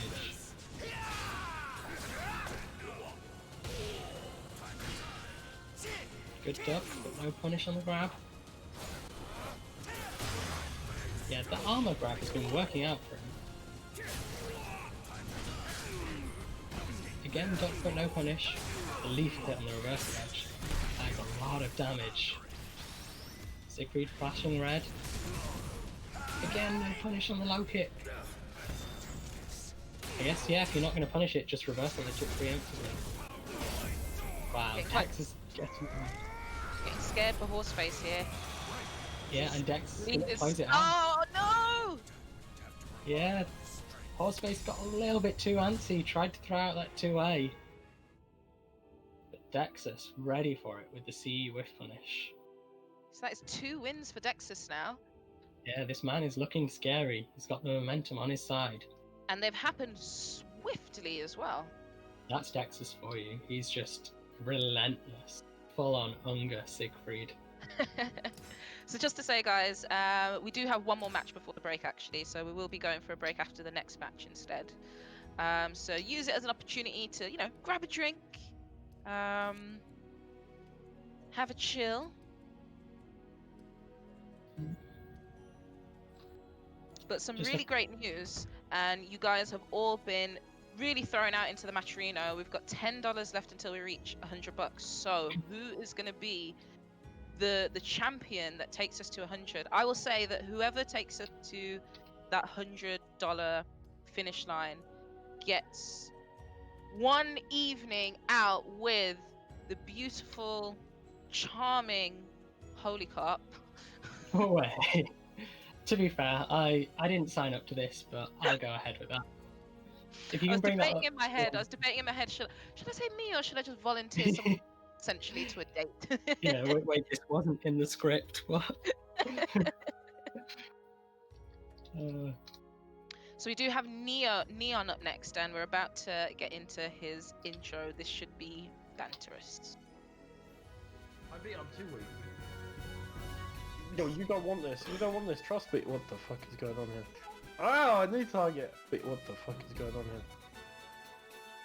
No, I dropped it. Wait, no, I didn't.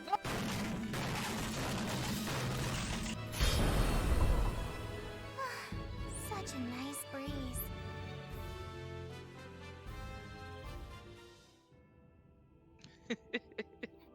Beautiful. Oh, Neon. Yeah, that's how you do an intro. Everyone else trying to flex, show off their best plays that they've done. Neon with the big brain showing truly the best plays that he's done in just entertaining all of us. Yeah, I'm really liking him hyperimposing his laughing face onto Welcome Talim's to the head. It's stage of not the most history, attractive Lady version of Talim, but you know, It's iconic. yeah. So iconic. So Neon versus Dexus. So going into this, who would you say Like the wind. might have the historical upper hand here, Carp? I think historically, probably Dexus, from what I've seen whenever they've had to fight online. But Neon's the wild card of this. Like, there is no telling what he's going to bring out and show us. So I'd hesitate to call this one this soon. Yeah, fair enough. And into the match we go. Back in Nightmare's Castle. These guys don't want ring outs today, but we do. Yeah, Chat same does. time. Yeah. And also, I'm both very pleased and somewhat apprehensive to announce that we do have a winner of the dinner with myself. Congrats to Havaduba for scoring the prize, the true prize from this tournament. And huge shout out to Zanget Sushi as well, for also bringing in a $10 contribution, which is appreciated just as much as Havaduba's. Unfortunately, getting ninjured by Hava, too slow to be able to get the true prize of an evening for me. But, you know what, just for that $10, I'll throw in the second prize. We can also get dinner as well another night. I wish I had donated now. I'm feeling quite left out and jealous. Well, just as you say that, former Smudge has thrown their hat into the arena with $10 as well. God, So you're my calendar the is... real prize here, Carp. You are sought after. Yeah, why did we not just think to sell me out for all the donations? We found a format that works. Okay, so that's my next 3 evenings booked up. But I don't Yeah, think this I'm is doing the- anything in September, so... This is a new business model. I'm not sure it's ethical, but it works. Yeah, I mean, if we're getting this much money for a cause that I love, SoulCalibur, then, you know, we can bend the rules a little bit. And Dex is not falling...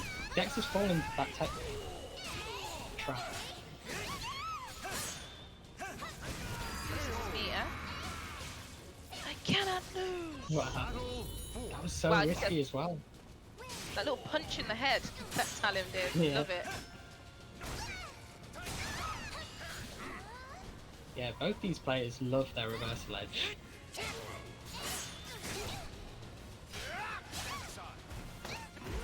Oh, that was an interesting trade.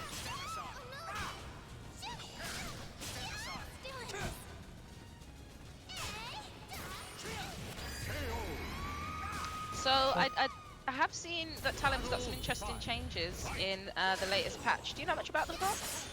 Yeah, they've given her something pretty nice actually. She now has an I-12 mid kick that is +8 on hit. Oh Which is- right, I see. She needed that, obviously. Yeah, I'm so glad that she can finally compete. Oh, right there, we see Neon using it. And it's worth knowing that that kick is -14, but On it's got no block stun. Yeah, on block, sorry. But the block stun is so short, like, it's impossible to punish, especially on live. Dex is closing that round. Siegfried got some nice changes as well.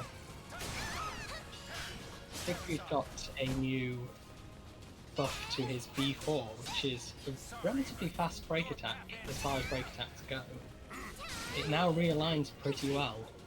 To step that move, you have to commit to stepping it. And having such a good break attack against a character like Talon, who loves to throw out reversal edge, is so beneficial. And then right there, we just saw Talon with the new I-12 mid kick, getting a full wall combo. Failed to mention her new kick can wall splat. Nice reversal of impact. That was really smart from me. Taking it into the final round, Dexus needs this if he wants to break Testicles and Mydros's win record. Neon looks like he's going to deny him at this round.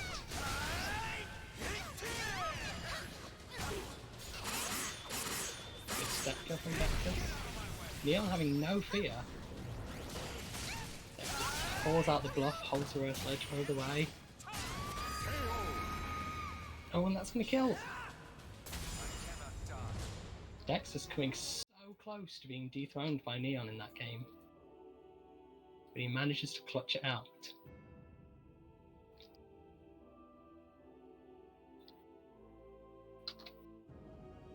So after that match, we are now halfway through this Royal Rumble. 15 competitors have entered, and we do have another 15 coming up. However, we're just going to take a quick break for now, give you guys a chance to relax a little bit, to grab a drink, to freshen up, to throw some money into that Matcherino if you haven't done already, or even if you already have, throw some more in. We'll take whatever you've got. And we will be announcing the top 5 donations after the break as well. So if you want to get yourself on that leaderboard, use this time. Absolutely.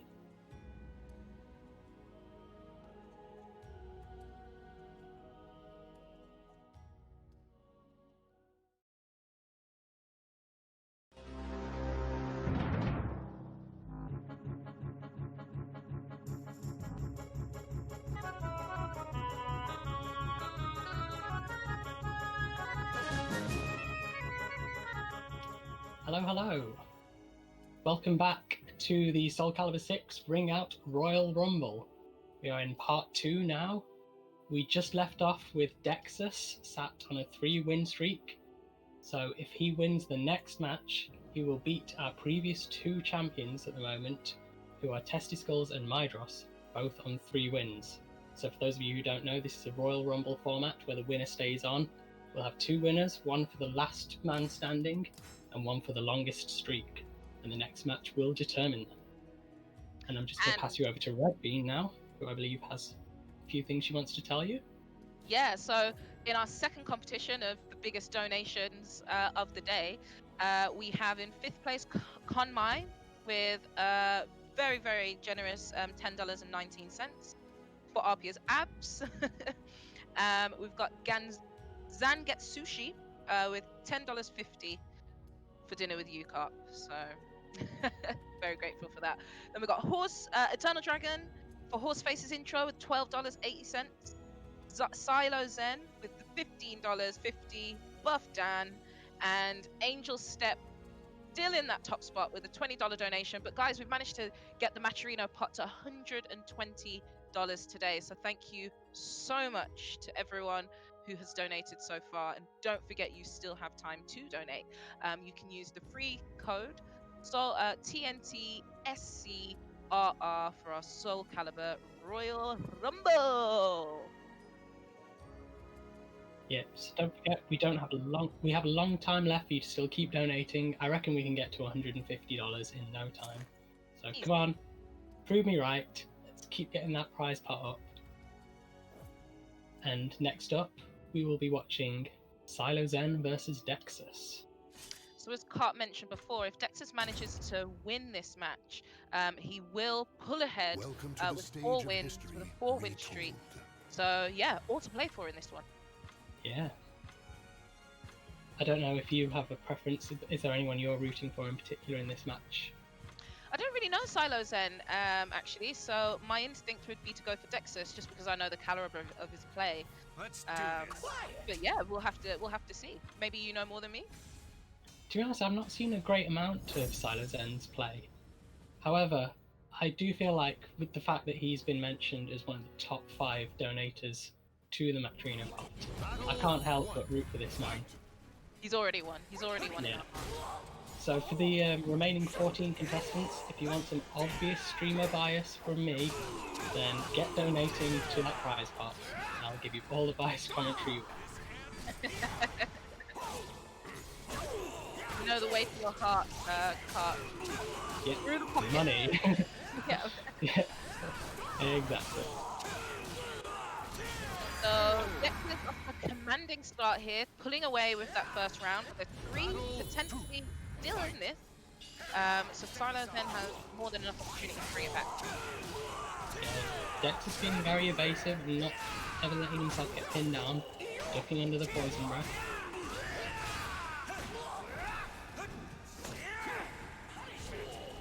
Oh, get the back grab. Yeah, and Dex closes out so many rounds with that wall combo. Gotta be super careful when you're anywhere near a wall against Dex. He's got such a good spatial awareness and knowledge of how to really optimize the wall.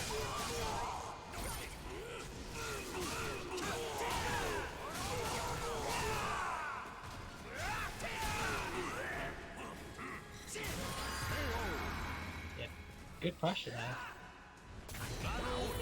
Dexter, it kind of looks like he's going for that 4-win streak here. But we do have Silent End sat on 2 bars a meter, anything can still happen. 4 rounds isn't a lot.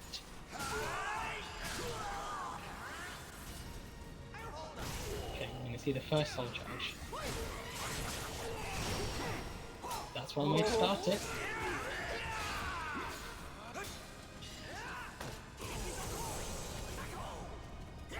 Gets him with the grab, guesses correctly, so Siegfried does lose the health. On Silo's end, don't die in 4 meter. There we go, he spends it on the second soul charge. This is going to be potentially a very expensive round, but if he wins it, it won't matter.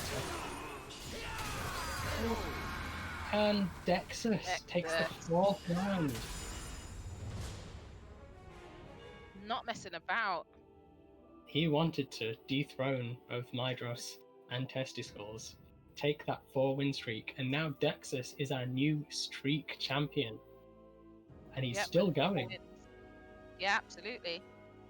And this is what I meant earlier when I was talking about the danger of having a player like Dexus at this point. So even if he doesn't make it to the end, he's got enough potential players to build up his streak, and being at the level that he's at, he could say get a 10-win streak and then boom, that's it. He gets knocked out by Andy later on maybe, but you know, he's already built up those wins, so he comes out the champion. So it's a really great place, I think, for him.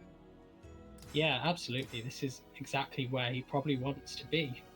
Already with the streak victory and a few more, and he'll have basically solidified himself as the streak champion. Exactly.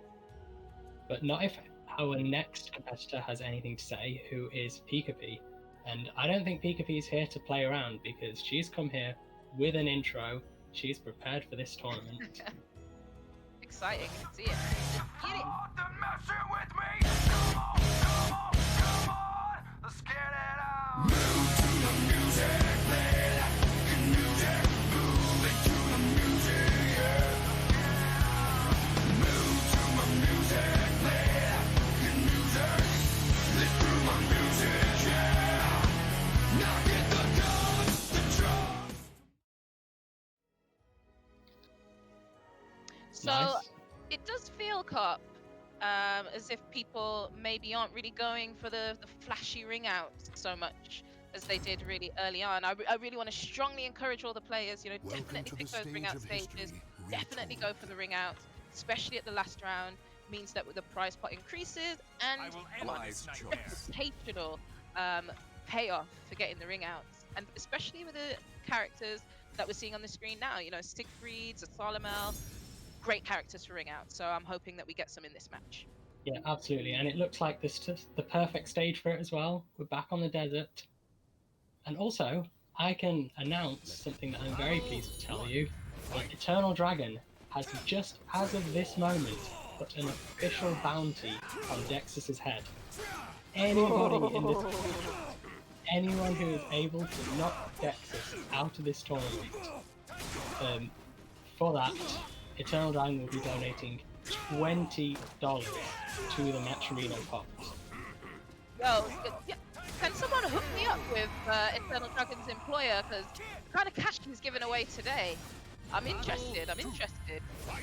Yeah, I know, right? Can we get them involved as well? Yeah. Get them? That's a few dollars. Yeah. Although speaking of sponsorship, Pika is now a good friend of the UK community, I would like to say, as she's recently snapped up Andy Rue for her esports organisation, Red Kings. Ah, yeah, so Andy, brilliant player. The content submitted, great community. What a committed that player. That's a really good catch. Absolutely, he'll be such an asset to any team he's on. I can't think of anyone more deserving. So, kudos to Pika for making such a brilliant decision there.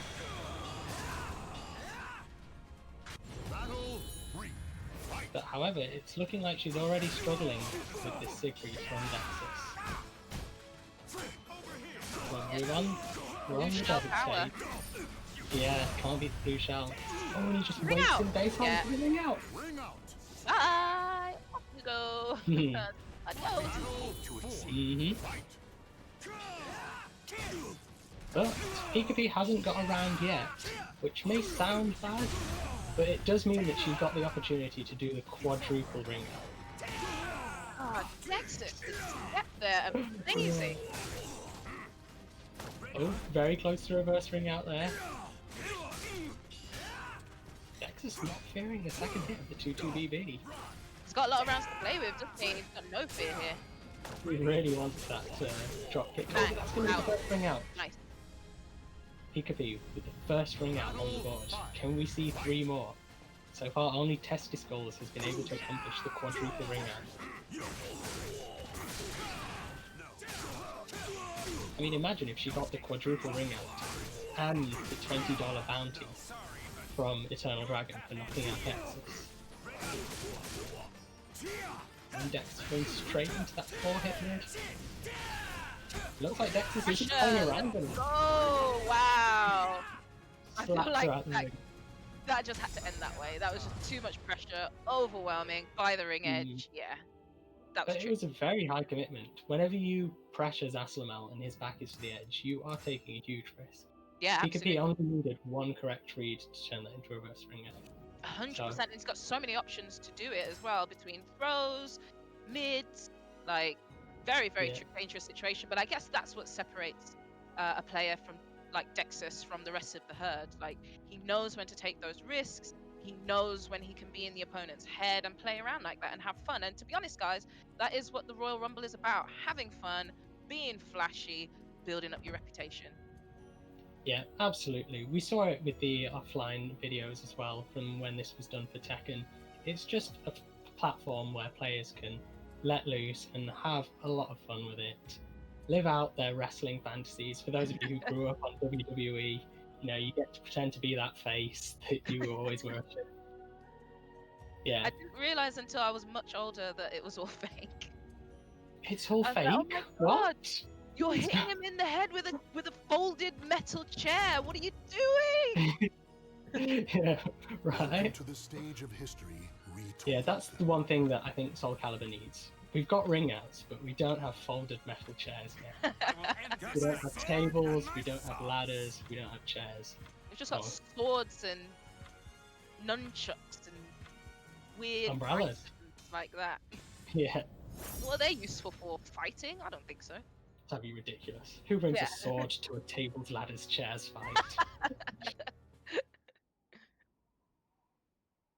Okay, so we're diving straight into our next matchup with Haomaru making a guest appearance from Amazing. Habaduba. Battle 1.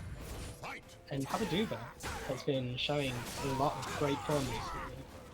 He was also out of the SoulCalibur Without Borders tournament for his region, and he put in a lot of work with his Haomaru. He's also been showing us in the online fight club that I mentioned earlier that he is a formidable opponent. His Haomaru is scary. And he's proving me right now. Yeah, First round. absolutely. Very convincing. commentator's blessing out here. Yeah. We're not all Zasamoth here cursing them. So again, strong start to round 2, but Dexus breaks up the pressure with reversal edge. Doesn't matter if you guess wrong though. Oh wow, with the lethal hit already. Trying to the ring out there. So that lethal hit, he has to build that up from... How does he build that up, actually? I played Almaru like a week after he came out, and then I just stopped playing it. I think first lethal hit was from 3 heavy slashes, and then he gets another lethal hit with the 5th heavy slash. So that's pretty impressive at Almaru, that Habaduba's already landed that many. And he's doing really well. Is he going to dethrone Dexus? That was happening here, folks. It's looking like a chance. Get to the chat, guys. What's going to happen? Dexus managed to get around on the... No? Yeah, we really need that. But still, Habaduba only 2 rounds from getting that bounty and taking out Dexus. And this is the like energizing thing about a 4-round format, right? Like in any other kind of tournament game, Habadoo would be 1 round away from clinching this in a much stronger position, but Dexus has the time to bring it back. Absolutely. And he is going to get his barometer back in the next round, so a very smart use of the soul charge here. But it might not be enough. He's 1 hit away. Nice. And All got 2 with the bars rope. as well. Dangerous. Yeah. Habaduba calling out that bubble with the low. Now we are seeing both characters now built up 2 bars. Trying for the bare knuckle stance. I appreciate it. Oh, just wakes up, throws a tornado in his face. Why not? Try to punch him 5 times in a row. I respect that. Run in reversal edge. Dexus, you mad lad. Is that, yeah, that's gonna kill. And because of that, Almaru, because that Dexus is now flashing yellow card, so we'll have to be able to use that to close out that last one that he needs so desperately. Dexus damaging his own guard gauge again with the reversal edge, but he could potentially get a big reward. No, Haba guessing correctly. Okay, I think we're going to see some blue shell mechanics soon.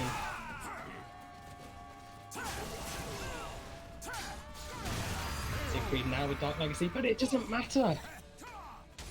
Excellent adaptation from Habaduba, just recognising the amount of reversal edge that Dexus was going to use to defend. So he just nails him with the break attack.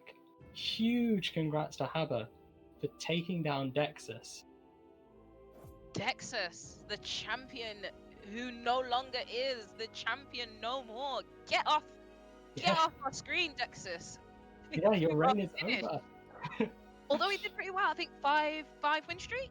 5, yeah, very impressive. So he's still the champion to beat.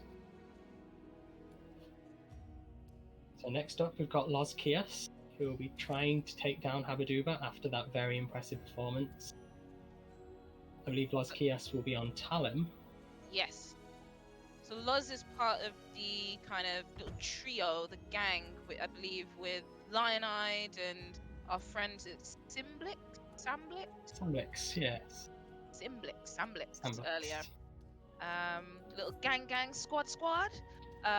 So yeah, this is Los Kios holding it down for his little crew, challenging Hababadoo.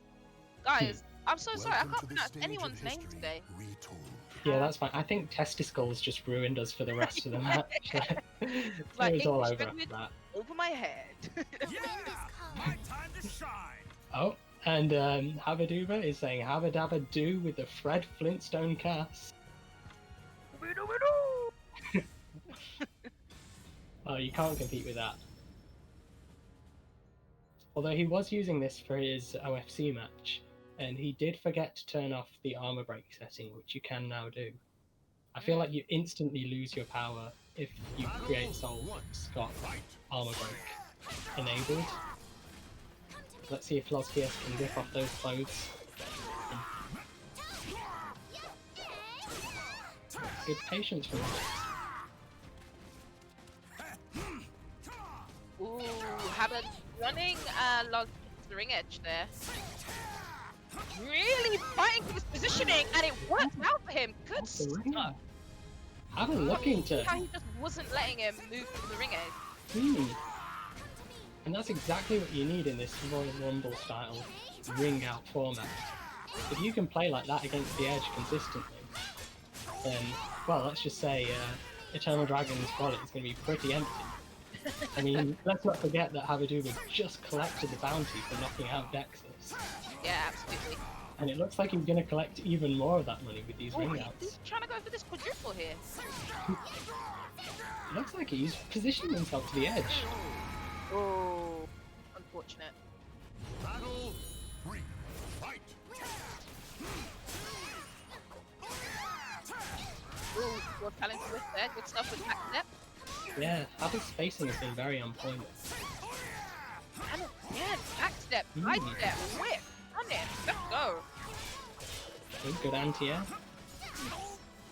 Yes, commits to the string, commits to the wind cannon, but it doesn't get punished. Going just about living. Ooh, and he dies with a heavy slash. But I don't actually know if you kill with a heavy slash whether that counts towards the lethal hits.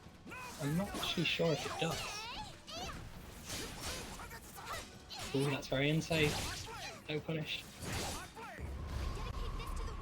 Is that gonna catch his step? Oh, what? Caught him. He was still running. Caught his back step. Yeah, you've got to be so careful of Los Kios with Mita, because this man will pull the trigger when the time is right, and just see you for breathing, basically. Yeah, Habaduba's spacing is impeccable. Fire game. Yeah, absolutely. I really like that GI into heavy slash, because you only risk a level 1 GI if you reach it. Some very good decisions from Habaduba. But Los Kios not out by any means. His poking game has been very on point. And I think as soon as he builds that meter, Haba is going to be afraid of that random CE.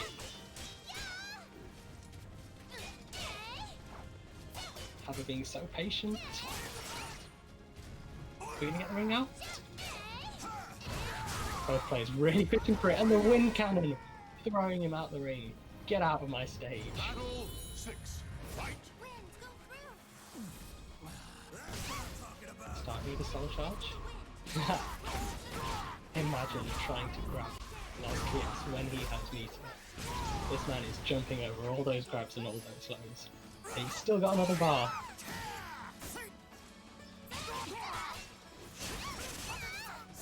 I'm waiting for the second C from Los Kios. Where is it coming? Fantastic bar right there. Huge. Oh, and he just punched him out the ceiling. That's not legal. You can't do that. But he called it up. Habaduba Yeah. lighting his way through to win.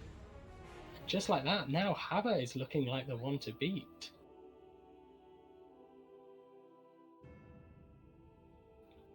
That's his second win now. One more puts him onto the board, tying with Mydros and Testiscles for 3 wins. And then after that, he'll need another 2 wins to catch up to Dexus, the man with the 5-win streak. And that's a great thing about the Royal Rumble format. So although Dexus is out, he's still in for a chance of winning at this event. So yeah, it's a nice kind of losers bracket to be in, I guess. Yeah, I think so. But we've got Brandstar up next. Ah, Brandstar, love a bit of Brandstar, me. Astra Same, he's player so much fun to Scotland. watch. Yeah, he's so much fun to watch. Not so much fun to play, but definitely fun to Fair. watch. Yeah. Yeah, I think it's because, for me, I think Brandstar is one of those people who just fights with his heart. Like, Yeah. he puts everything into it. He puts his soul and his emotions into the game. And you can really see it. It really comes through. And speaking of emotions, another thing that people should be putting to the game, but actually into our Matcherino, is money. If you have the time Welcome to to the whizzing stage fingers of around history, an electronic device and type in the TNT SCRR code into Matcherino, you will be able to donate 50% absolutely for free. And also, it'd be great if you could donate anything on top of that. Everything raised today goes towards the winner/winners of the event. And without further ado, we're going into Habaduba and World Grandstar. I actually have no idea who might pull this one away. I would say World Grandstar has the edge. He's a very, very Really? strong UK player. I feel like this is a matchup that I've never seen before. Like, these are two very strong players, but I've never seen these two play. Like, I don't even know if they're friends on Steam. Like, for saying Yeah, they're good two point. such high quality players. Oh, try and get the early ring out. I think he deserved that. He tried did. real hard to get that early ring out and then down. Yeah, that's what I mean about Brandstar playing with his heart. Like, he wants to put on a show for us, and he wants to raise as much money with the ring outs. Yeah. So he is absolutely doing that for us now. How they're just being relentless, just punching him. Like we said earlier, he needs points. You can't see the cat cameo. Oh yeah. Is that Pebbles or? Yeah, little pebbles here. Trying to catch the SoulCalibur. Yeah, don't blame. This is an incredible match that I would not want to miss. Absolutely. Oh, Pebbles currently lifting her up. Oh. Great. Glad the That's- stream can't see this. Yeah. Poor behaviour. Yeah. Oh dear. Wait. What is Brandstar doing? He is playing 4D chess. I did not know any of those interactions were a thing. But this man knows more than I do, apparently. One more hit and Brandstar can get onto the board, and he does it with the safe poke via. Yeah, he's going to be wiping the sweat off his brow with that one. Didn't want to go 3 rounds down. That's a tricky situation to get yourself out of. Yeah. I think he did want the quadruple ring out at first, but now he's learned to compromise that he does need the ring. Hopefully we'll see a final round ring out. We did just see a Half-Life combo just there, casually. On use your meter. Oh. So I think with players not used to a 4-round format, it's easy to miss. Right there, Brandstar essentially just lost a bar of meter. So you wouldn't usually pick up on that because there's an extra round before you get that meter boost. Sort of thing that I think is quite easy to miss in the heat of battle with this new format.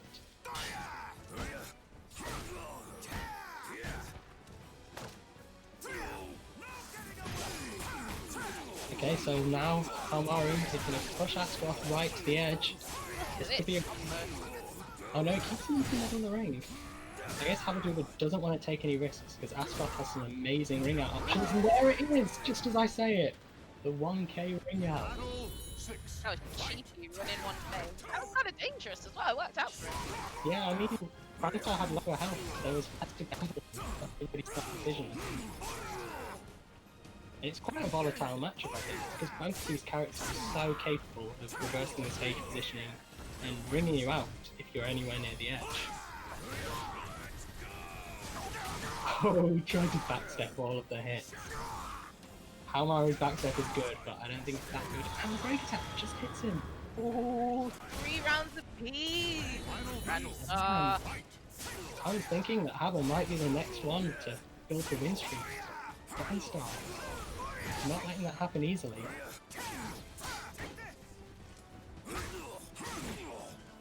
Really strong active defense from Habaduba. So much chip damage from the tornadoes and from the reversal edge. Nice. I really loved that soul charge position from Habaduba there.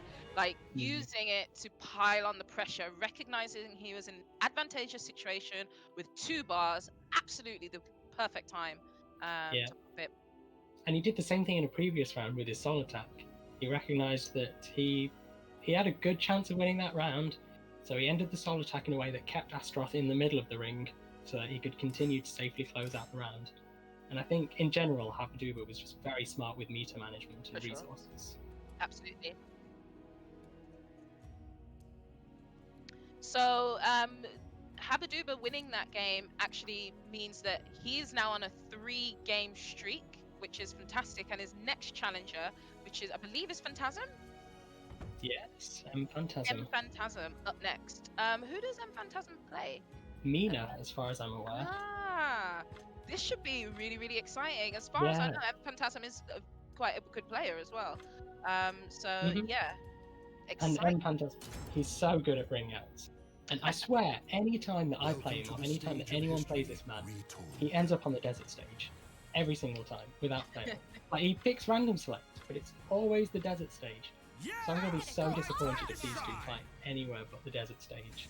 And the thing is, you can You pick actually random. choose your rounds this time. You can choose where you're fighting, and we do get a ring out stage at See the very what- least. Exactly what I was saying. If you pick random against M Phantasm, you are going on a ring out stage.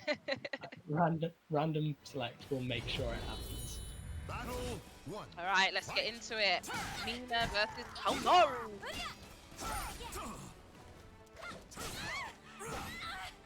Both players sticking to the middle of the ring for now.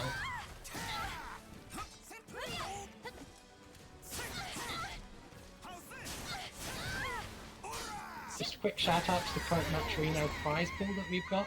We're now at $147.69. That means we are less than $3 away from the big 150. And that is because Hannah actually beat Nexus, so Eternal Dragon was pay that bounty, which has now been paid into the Macarino, guys. Which means Eternal Dragon is actually leading the prize pot, but Angel Step has been knocked into second place now. Eternal Dragon with that massive $37.50. Come on, guys. Yeah. Yeah, come on, match these big guys at the top with the huge donations. Or whatever you have to spare. Just Absolutely. even if you can't make it to the top 5, we appreciate anything you can get. And at the moment, it's only an extra $3 we're asking for, just to make it to that 150 that we're so close to. And don't forget, you could also do sponsor quests as well, so check those out. And that's another way for you to put into the prize pot back to the SoulCalibur community. Yeah, absolutely. But back to the game, Habaduba's got a very commanding lead. Although as soon as I say that, gets nailed with 2 lethal hits back to back. It's gonna be a ring out. Whoa, the carry! Dude, Yeah. seriously? Yeah. How? I think M Phantasm lost the first 2 rounds, had a little think. What can I do to bring this back? Ah yes, ring out. Let me just carry you from one side of the stage to the next, and then ring you out. That's fair. Yeah, and now it's time to go wild. Mina Soul Charge, already carrying him to the edge. Oh, he's blitzing. This is Mina in Soul Charge. Look at him running away, deleting that health bar. Guessed right 3 times, and now Haba's in the yellow health. Ooh, he's having connect. Nice. Phantasm, just gets hit. Oh, whiffed there. I'm not sure what that 4-4A whiff out, but cost him the game. Unlucky in Phantasm, but really good showing. Got a little ring out, showed some style, showed some class. We love a person that rings out in this Royal Rumble. We love to see it. I don't know how much Eternal Dragon loves it because he's putting in an extra $1 for every ring out, and he's already leading the prize pool in terms of contributions right now. But we still want to see more. And I'm just being told that our next competitor is going to be Andy Rue, a UK favourite. Drum rolls for Andy, please. Can we get some drum rolls in the chat, please? I don't know if my mic will pick it up. Doing my best here. Get some hype in chat from. Because we are coming to the kind of towards the end. We're not quite near the end of the Royal Rumble yet, but we're kind of moving in that direction. So now is the time for a player like Andy who either wants to take it all the way or rack up a streak to do so. Now's kind of the perfect opportunity. So, you know, he's got a good reputation following. See what he brings, but as we've seen, Haba is no slouch. He is here to win, and he's currently on a 4-win streak at that. Yeah, so that means 1 away from matching Dexus. Absolutely. I'd be so frustrated if I was Haba. The one that you have to win to get on that scoreboard is Andy Rue himself. Andy Rue, I know, right? Yeah, and he definitely won't make this easy for him. And this is a very good stage for Zasselmo. Because those of you that haven't seen the stage before, I'm sure you all have, but as soon as you've broken the wall, you get an opportunity to continue your combo and carry them out to the edge. And I know Zasselmo can do that with ease. Ready? And he can do things like this. He can just reverse the positioning with a grab. Yeah, absolutely. And I he's think like- Havoc is very smart to retreat back to the centre of the stage. I completely agree because that on this stage has a strategy. It's massive wall combos. When it's on yellow, the wall's on yellow into ring outs. Very dangerous. Mhm. Yeah, Havoc probably doesn't want to break the walls too soon, but he will if it means he gets max damage. This is actually a very dangerous situation to have. Very careful not to get rung out here. Yeah, just one wall splat would do it. Oh, I like that. Andy, using that move, he recognised that he wasn't going to make the comeback and win there, so he went for guard damage. That's a new buff that Sassamalo got to his 4A plus B. It now does, I believe, 19% guard damage? Wow, that's a lot. Yeah, I've forgotten off the top of my head. It's something ridiculous. So Andy just recognised, okay, this is probably Havo's round, so I'm just going to stack up the guard damage so that in this round I can do things. But just as I say that, Havo's not making it easy. Nice duck punish, but it's not quite enough. So that Rage Super that we just saw from Habaduba, that applies 30% guard damage on hit. And that's why Andy is now flashing red at the start of this round. This is a really good position for Haba. Gets the wall, the break.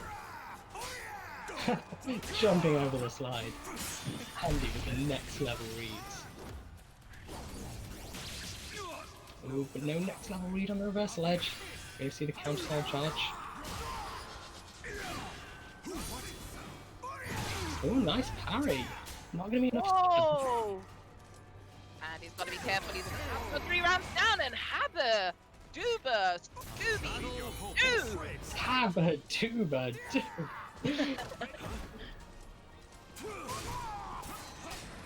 What's Andy gonna do now? Gonna make the 4-round comeback. But Andy is primed for a quadruple ring out if he can make it happen. It's not gonna break the wall, but it's reversing the positions. Wake up DP. Oh no, that's the worst time stop you can get. Luckily Andy does close it out, but that's not the one you want to get. If you get 4-6B wall splat and then pop the time stop, then Sassanal doesn't get any.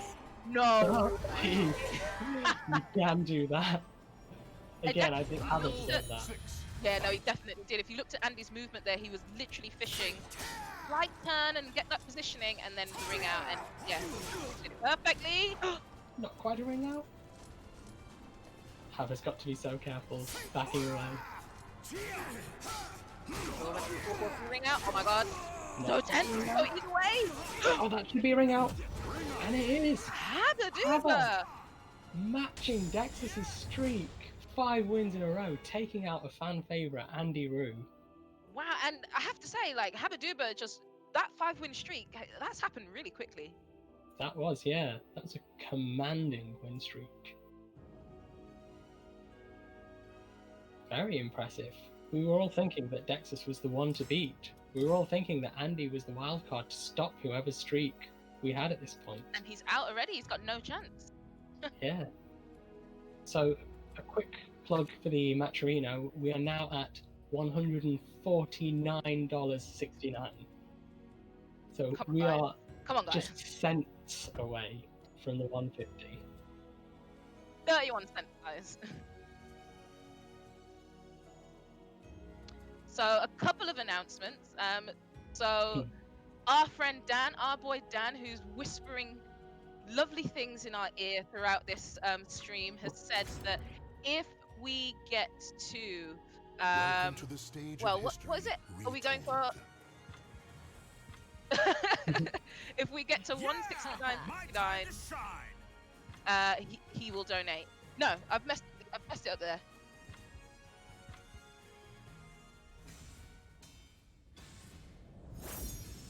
So what he's saying is, if we get 4 ring outs, a 4 ring out win, he will donate $10, which takes the prize pot to $169.69. And I think testicles will be very, very happy with that. One. Fight. Yeah, we can't go this ring out Royal Rumble and only see one quadruple ring out. And I think if anyone's going to do it, Baddie is the one. This is To be fair, Testicles Baddie's stage. did it, didn't we? Oh yeah, but I mean, I think we can get a second one before the end of Another one. it. We had Testicles in part 1. I think part 2 we need another one. Oh, first one not quite. Your air controls away. We'll forget that second hit.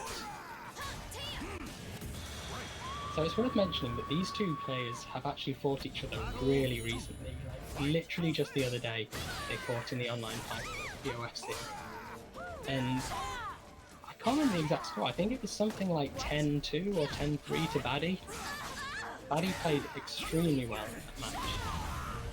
But I wonder if Habba's had the time to reflect, time to think about what he was doing wrong, and bring it to this tournament. Because it looks like he's already playing very differently than he did in that first attempt where Baddie won. Oh, 2 heavy slashes. That's the first lethal hit loaded up. And there's the third.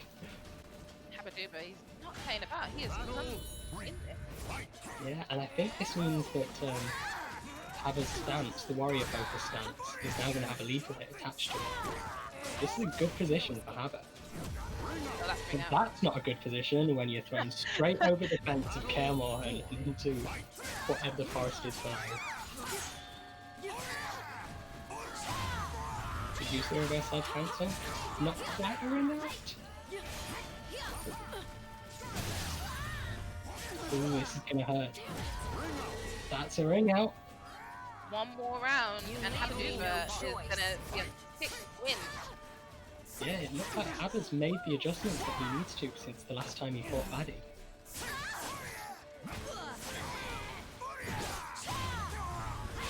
Nice lethal hit punish. It looks like Baddie's trying to load up his own lethal hit. Good choice for the soul charge. That headbutt is +2, I believe. Reverse position. And the counter soul charge from Habba. Oh, and that's gonna something behind him. God, look at the chip damage. Yeah, and the guard damage. Oh! Just kicks him in the shins for the ring out. Get out of my ring.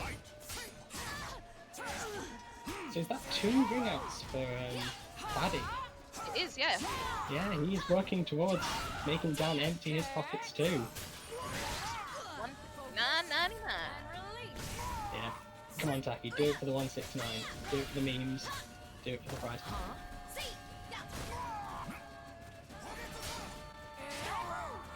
Good punish. 3B just in range.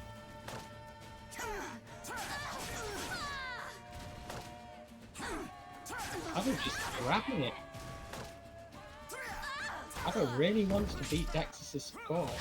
And I think that's going to do it. Good. Habba, 6 wins. He is our new consecutive win champion in this Royal Rumble. Really impressive showing here from Habaduba, to be honest. Absolutely. That 5-win streak from Dexus was great, but this is, yeah, really This good is stuff. something else. Yeah. And to be the person that took Dexus out the tournament as well. Yeah, he already got the bounty that was set on Dexter's head. And now I'm thinking that the bounty should have been on Habba the whole time. Yeah, exactly. This dark horse. Yeah. And we're getting quite late into this Royal Rumble. I mean, there are still more than enough matches needed for someone else to build a bigger win streak. But if that is to happen, it has to happen soon. Absolutely, yeah. I think it might need to be the next match, actually. We only have, I think, 6 more.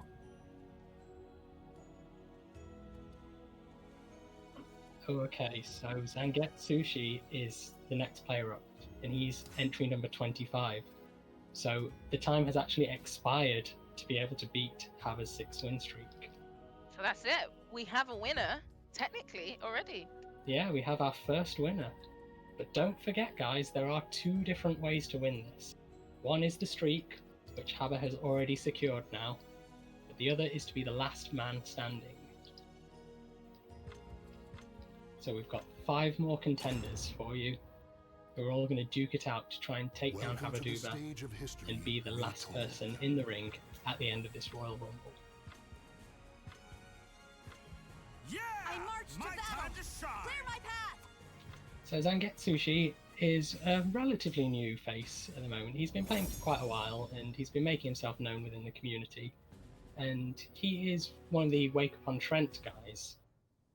And I believe they've got an event coming up in, did we say October? Yep. Yeah, in October. One. Fight. That will definitely be worth keeping an eye out for.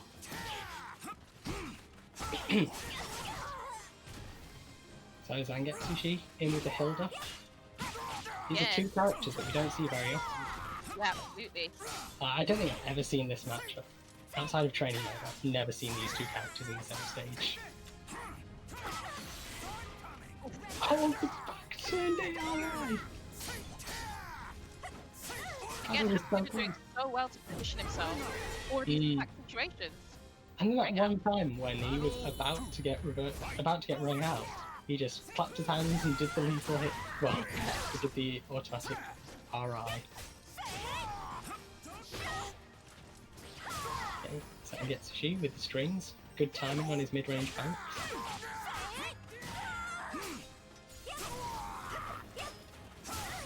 Zangetsushi really seems to have his timing down. Like, he's not attacking that much, but when he does, it has landed. Oh, just gets slapped in the face. Battle 3. Fight. However, even though he secured his 6-win streak to be the strongest streak, he still wants more, he's still hungry. A lethal hit. Smart use of meter. Hava just relentless. I think Hava wants to big reads. He's going for the bare knuckle stance. He really wants to end these rounds in style. I guess he can play around now, can't he? Because he's already got the win streak down. That's true. Just flash now. Yeah, like we were saying, this event is all for fun. Like, it's just a chance for people to enjoy themselves, live the Royal Rumble fantasy. And Hava's bringing that spirit, absolutely. He's brought the competitive spirit to secure the 6-win streak, but he's also just bringing the fun and giving us a spectacle to watch, which I really like to see.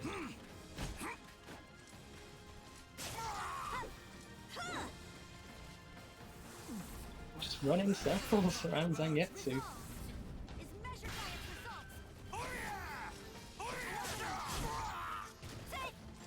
Okay, Hava being a little bit too cheeky. Zangetsu saying, no, you're not going to get away with all of this. Running him literally to the ring edge. Hava fishing for the reverse Oh, strike. Oh, no. Yeah, he's out. Yeah, Fair and enough. because he was on low health, he was able to do that DP that launched him out of the ring. Yeah, Habaduba really, literally just bulldozing through everyone at this stage. He's trying to be the win streak and the last man standing, taking But home the entire prize pot.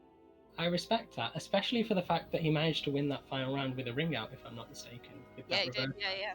So that's $1 more into the prize pot from Eternal Dragon. And don't forget, guys, you guys can also be matching those donations if you've been enjoying what you've been seeing.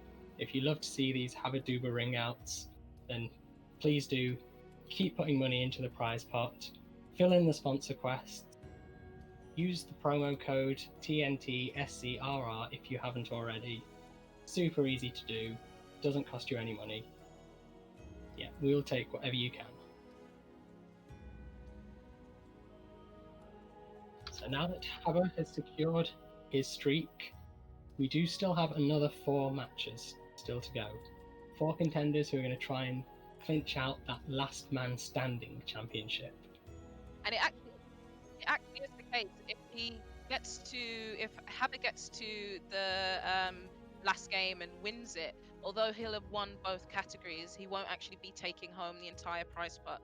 It will get split with the next person who had the longest streak, which at the moment is still Dexus. So I do believe we might just about be in a scenario where the next player could potentially get a 5-win streak as well. Or are we too late for that? I think we might be about too late for that. Yeah, we're too late for that. So it's got to be last man So- standing at this point. Yeah, so we know that it's going to be Haber or Dexus getting the streak bonus. But these next 4 contenders will be able to decide, or next 5 contenders rather, will get to decide whether that'll go to Haber and Dexus, or to Haber and whoever is the last man standing. Yep. So I believe our next contender is Vile Muffin. Oh, it's Ice Blue. My bad.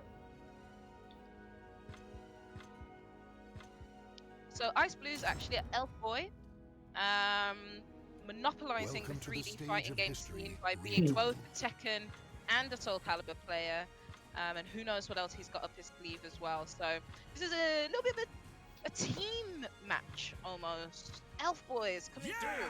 My time to Yeah, shine. true. Ice Blue on the Astaroth. Sporting some very fetching dungarees.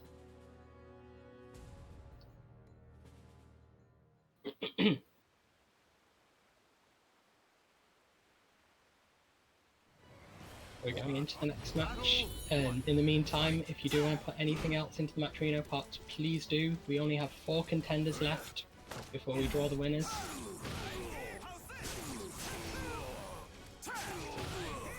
Hitting the samples. Haber seems to be really comfortable now, having built such a long streak. He's just... everything's coming very naturally. He's found his timing and he's just enjoying playing Calibur. And he's quite kind of gone into his stride. Yeah, absolutely. You can see he's just playing fun, enjoying himself. He's doing little cheeky things here or there. He's running his opponent to the edge, finding out. Yeah. He's not afraid to just wake up DP.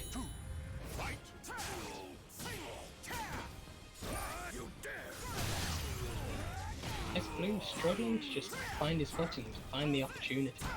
The Astaroth has some huge damage and some great ring out damage. But he's just struggling to find when that opening is, when he can start applying it. But it looks like he might have found it. Ice Blue with some of the momentum. 2 grabs in a row. Only needs 1 more read. Oh, he doesn't hold the reversal edge for long enough.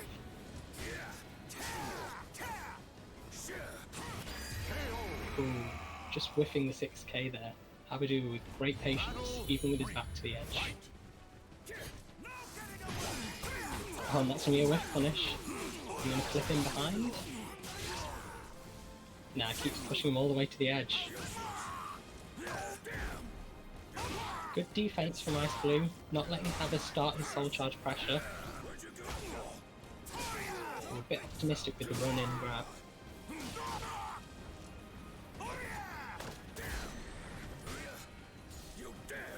Haber with the front escape. He could have been wrung out if Ice Blue went for the back grab right there. It's such a bold choice. Haber takes the 3rd round in a row. Looking like he just wants to show off, take an 8-win streak at this point. Ooh, heavy slashes minus on hits. No need to reversal edge there. But this is Halmaru, not many people are used to this matchup.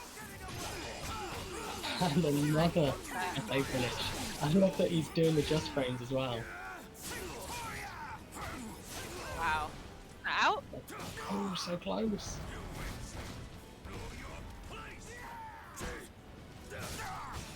I think Haber wants to end it with bare knuckles. He's decided he wants to punch Astaroth in the face. There's no other way of winning this now. He pays for it. Yeah. I think Haber wants either the ring out win or the bare knuckles punch to the chest win.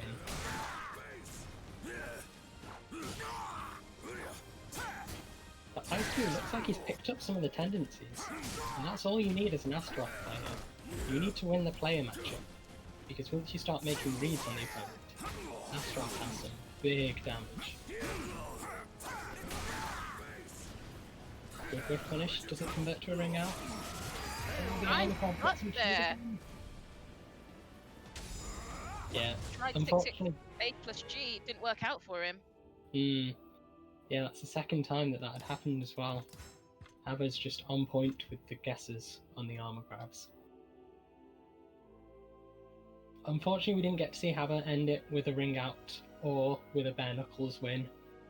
But we do still have another 3 contenders, so more opportunities for either Haber to flex his abilities and win in the stylish way possible, or for someone else to dethrone him and be the last man standing.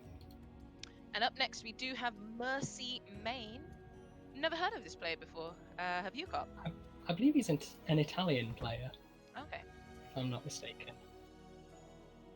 I think he's on Tira at the moment.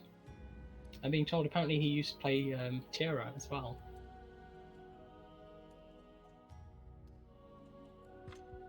Yeah, so we might be seeing another Hilda versus Haomaru matchup. Welcome to the stage. Hopefully he was watching Zangetsushi and taking notes for what worked and what didn't work. Yeah! I march to my battle. time to shine! Clear my path. So just 3 more battles coming up now, including Mercy Main's attempt. So that's 3 more opportunities to see a quadruple ring out and get even more money into the prize pot.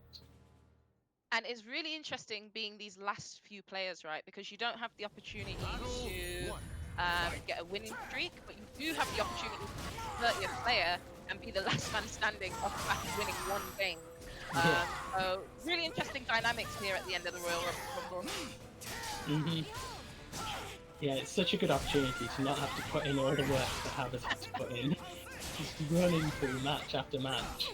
You can just wait until the current champion is a little bit tired and, yeah, just steal that round out of the team. It looks like Mercy doesn't even need gimmicks. Mercy just winning with solid Hilda play. Guessing right.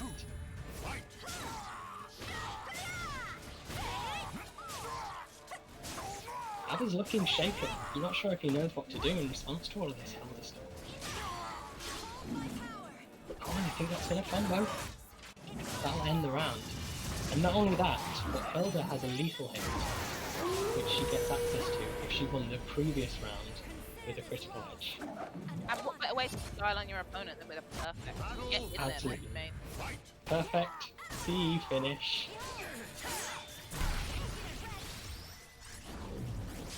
Mercy looking really strong, guessing right even on the reversal edge games.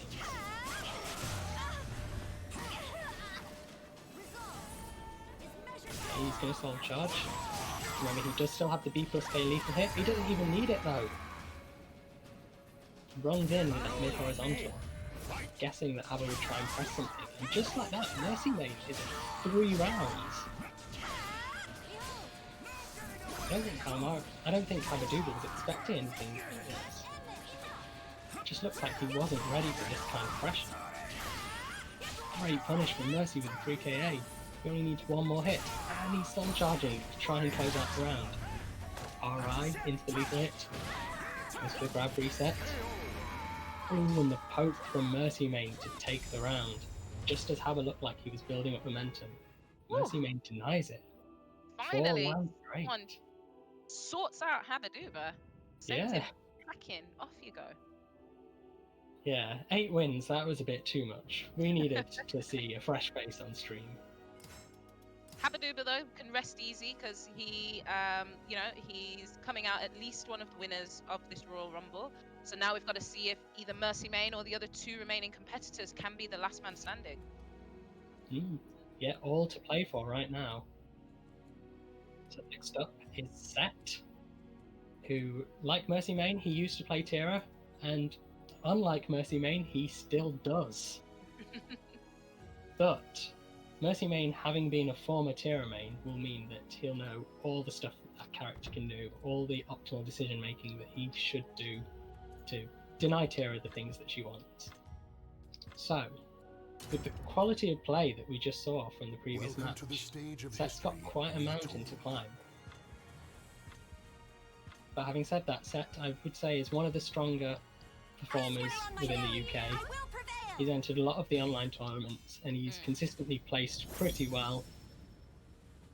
I played him myself recently and I can say firsthand, this guy knows what he's doing. He's not someone that you can ever count out. And just from watching him, he has really good decision making, really good capitalization. So hopefully we get to see some of that. some good decision making, and some cheeky ring outs, I hope. Because we do have the open stage again.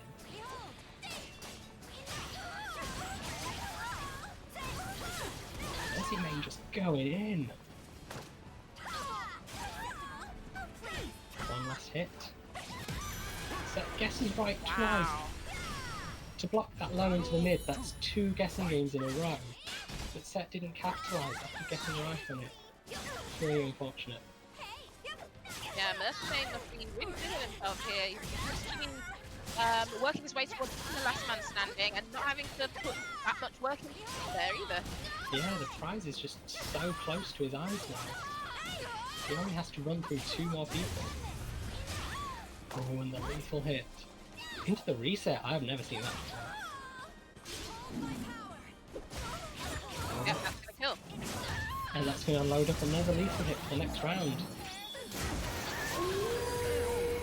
I have to say that is definitely one of my favourite critical edges.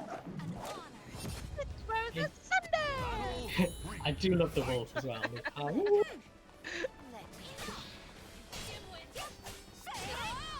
Set going for the dimwit lethal hit, 6B. Oh, is that going to be a ring out? Nicely done. Set with 1 ring out under his belt. Can he get 3 more?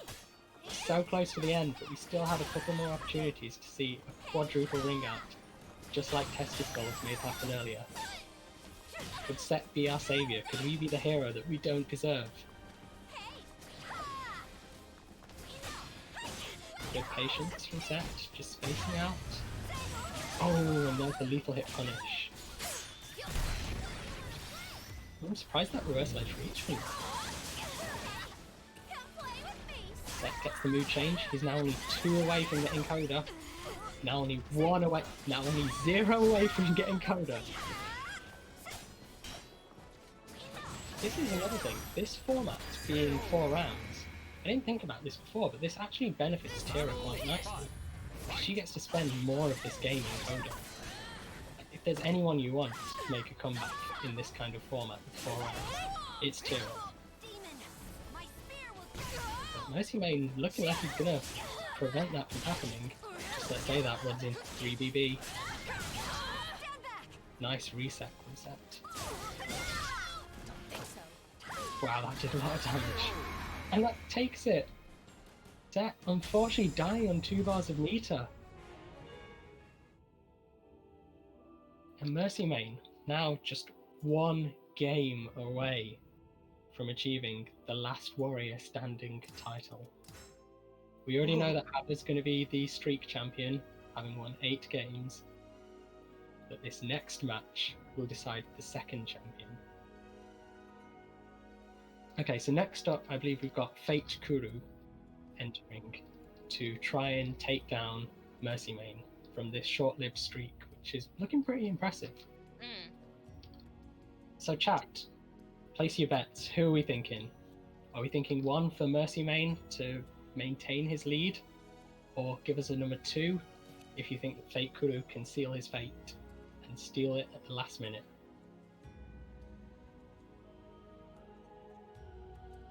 Seeing a lot of 1s. Yeah, lots of 1s there. Mercy Main fans. Any 2s? No 2s? I'll throw my hat into the ring. I'm going to give a 2. Welcome to the stage of history. And don't forget, because this is the last match, we are so close to closing out this tournament, which means so little time to still donate to the match arena. So we've passed the $150 goal, which I'm so happy to see. But I think we can still do more. Come on guys, just 1 last push. Anyone who hasn't used the free code, please do it. Anyone who has any more to give, if there are any sponsor quests left. Because these warriors, they've put on an incredible show and they deserve every penny that's going to go to them. Yeah, absolutely. It's been really, really great to have SoulCalibur's first Royal Rumble in the UK, and what a showing from so many Nexus, Abaduba, Mercy Main, champions, Intercept, donations, Eternal Dragon. Thank you so much to everyone who's taken part so far. But no, without further ado, we are into this potential last buster. yeah, last opportunity to see a quadruple ring out, I might remind you as well. And this stage has been affectionately called Yoshi's Island by the SoulCalibur community. I can practically hear the Yoshi Island theme music playing in the back of my head. And the reason obviously being that this stage is so narrow and Yoshimitsu just thrives up that. He's got so much wall carry and ring out carry that goes over those two low walls. So if we want to see another quadruple ring out, Fake Kuru has as good a chance as a lot of people.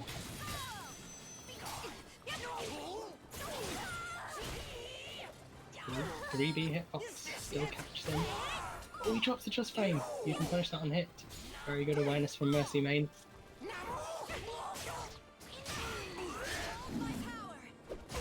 And again.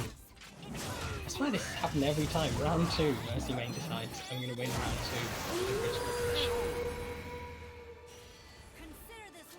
2.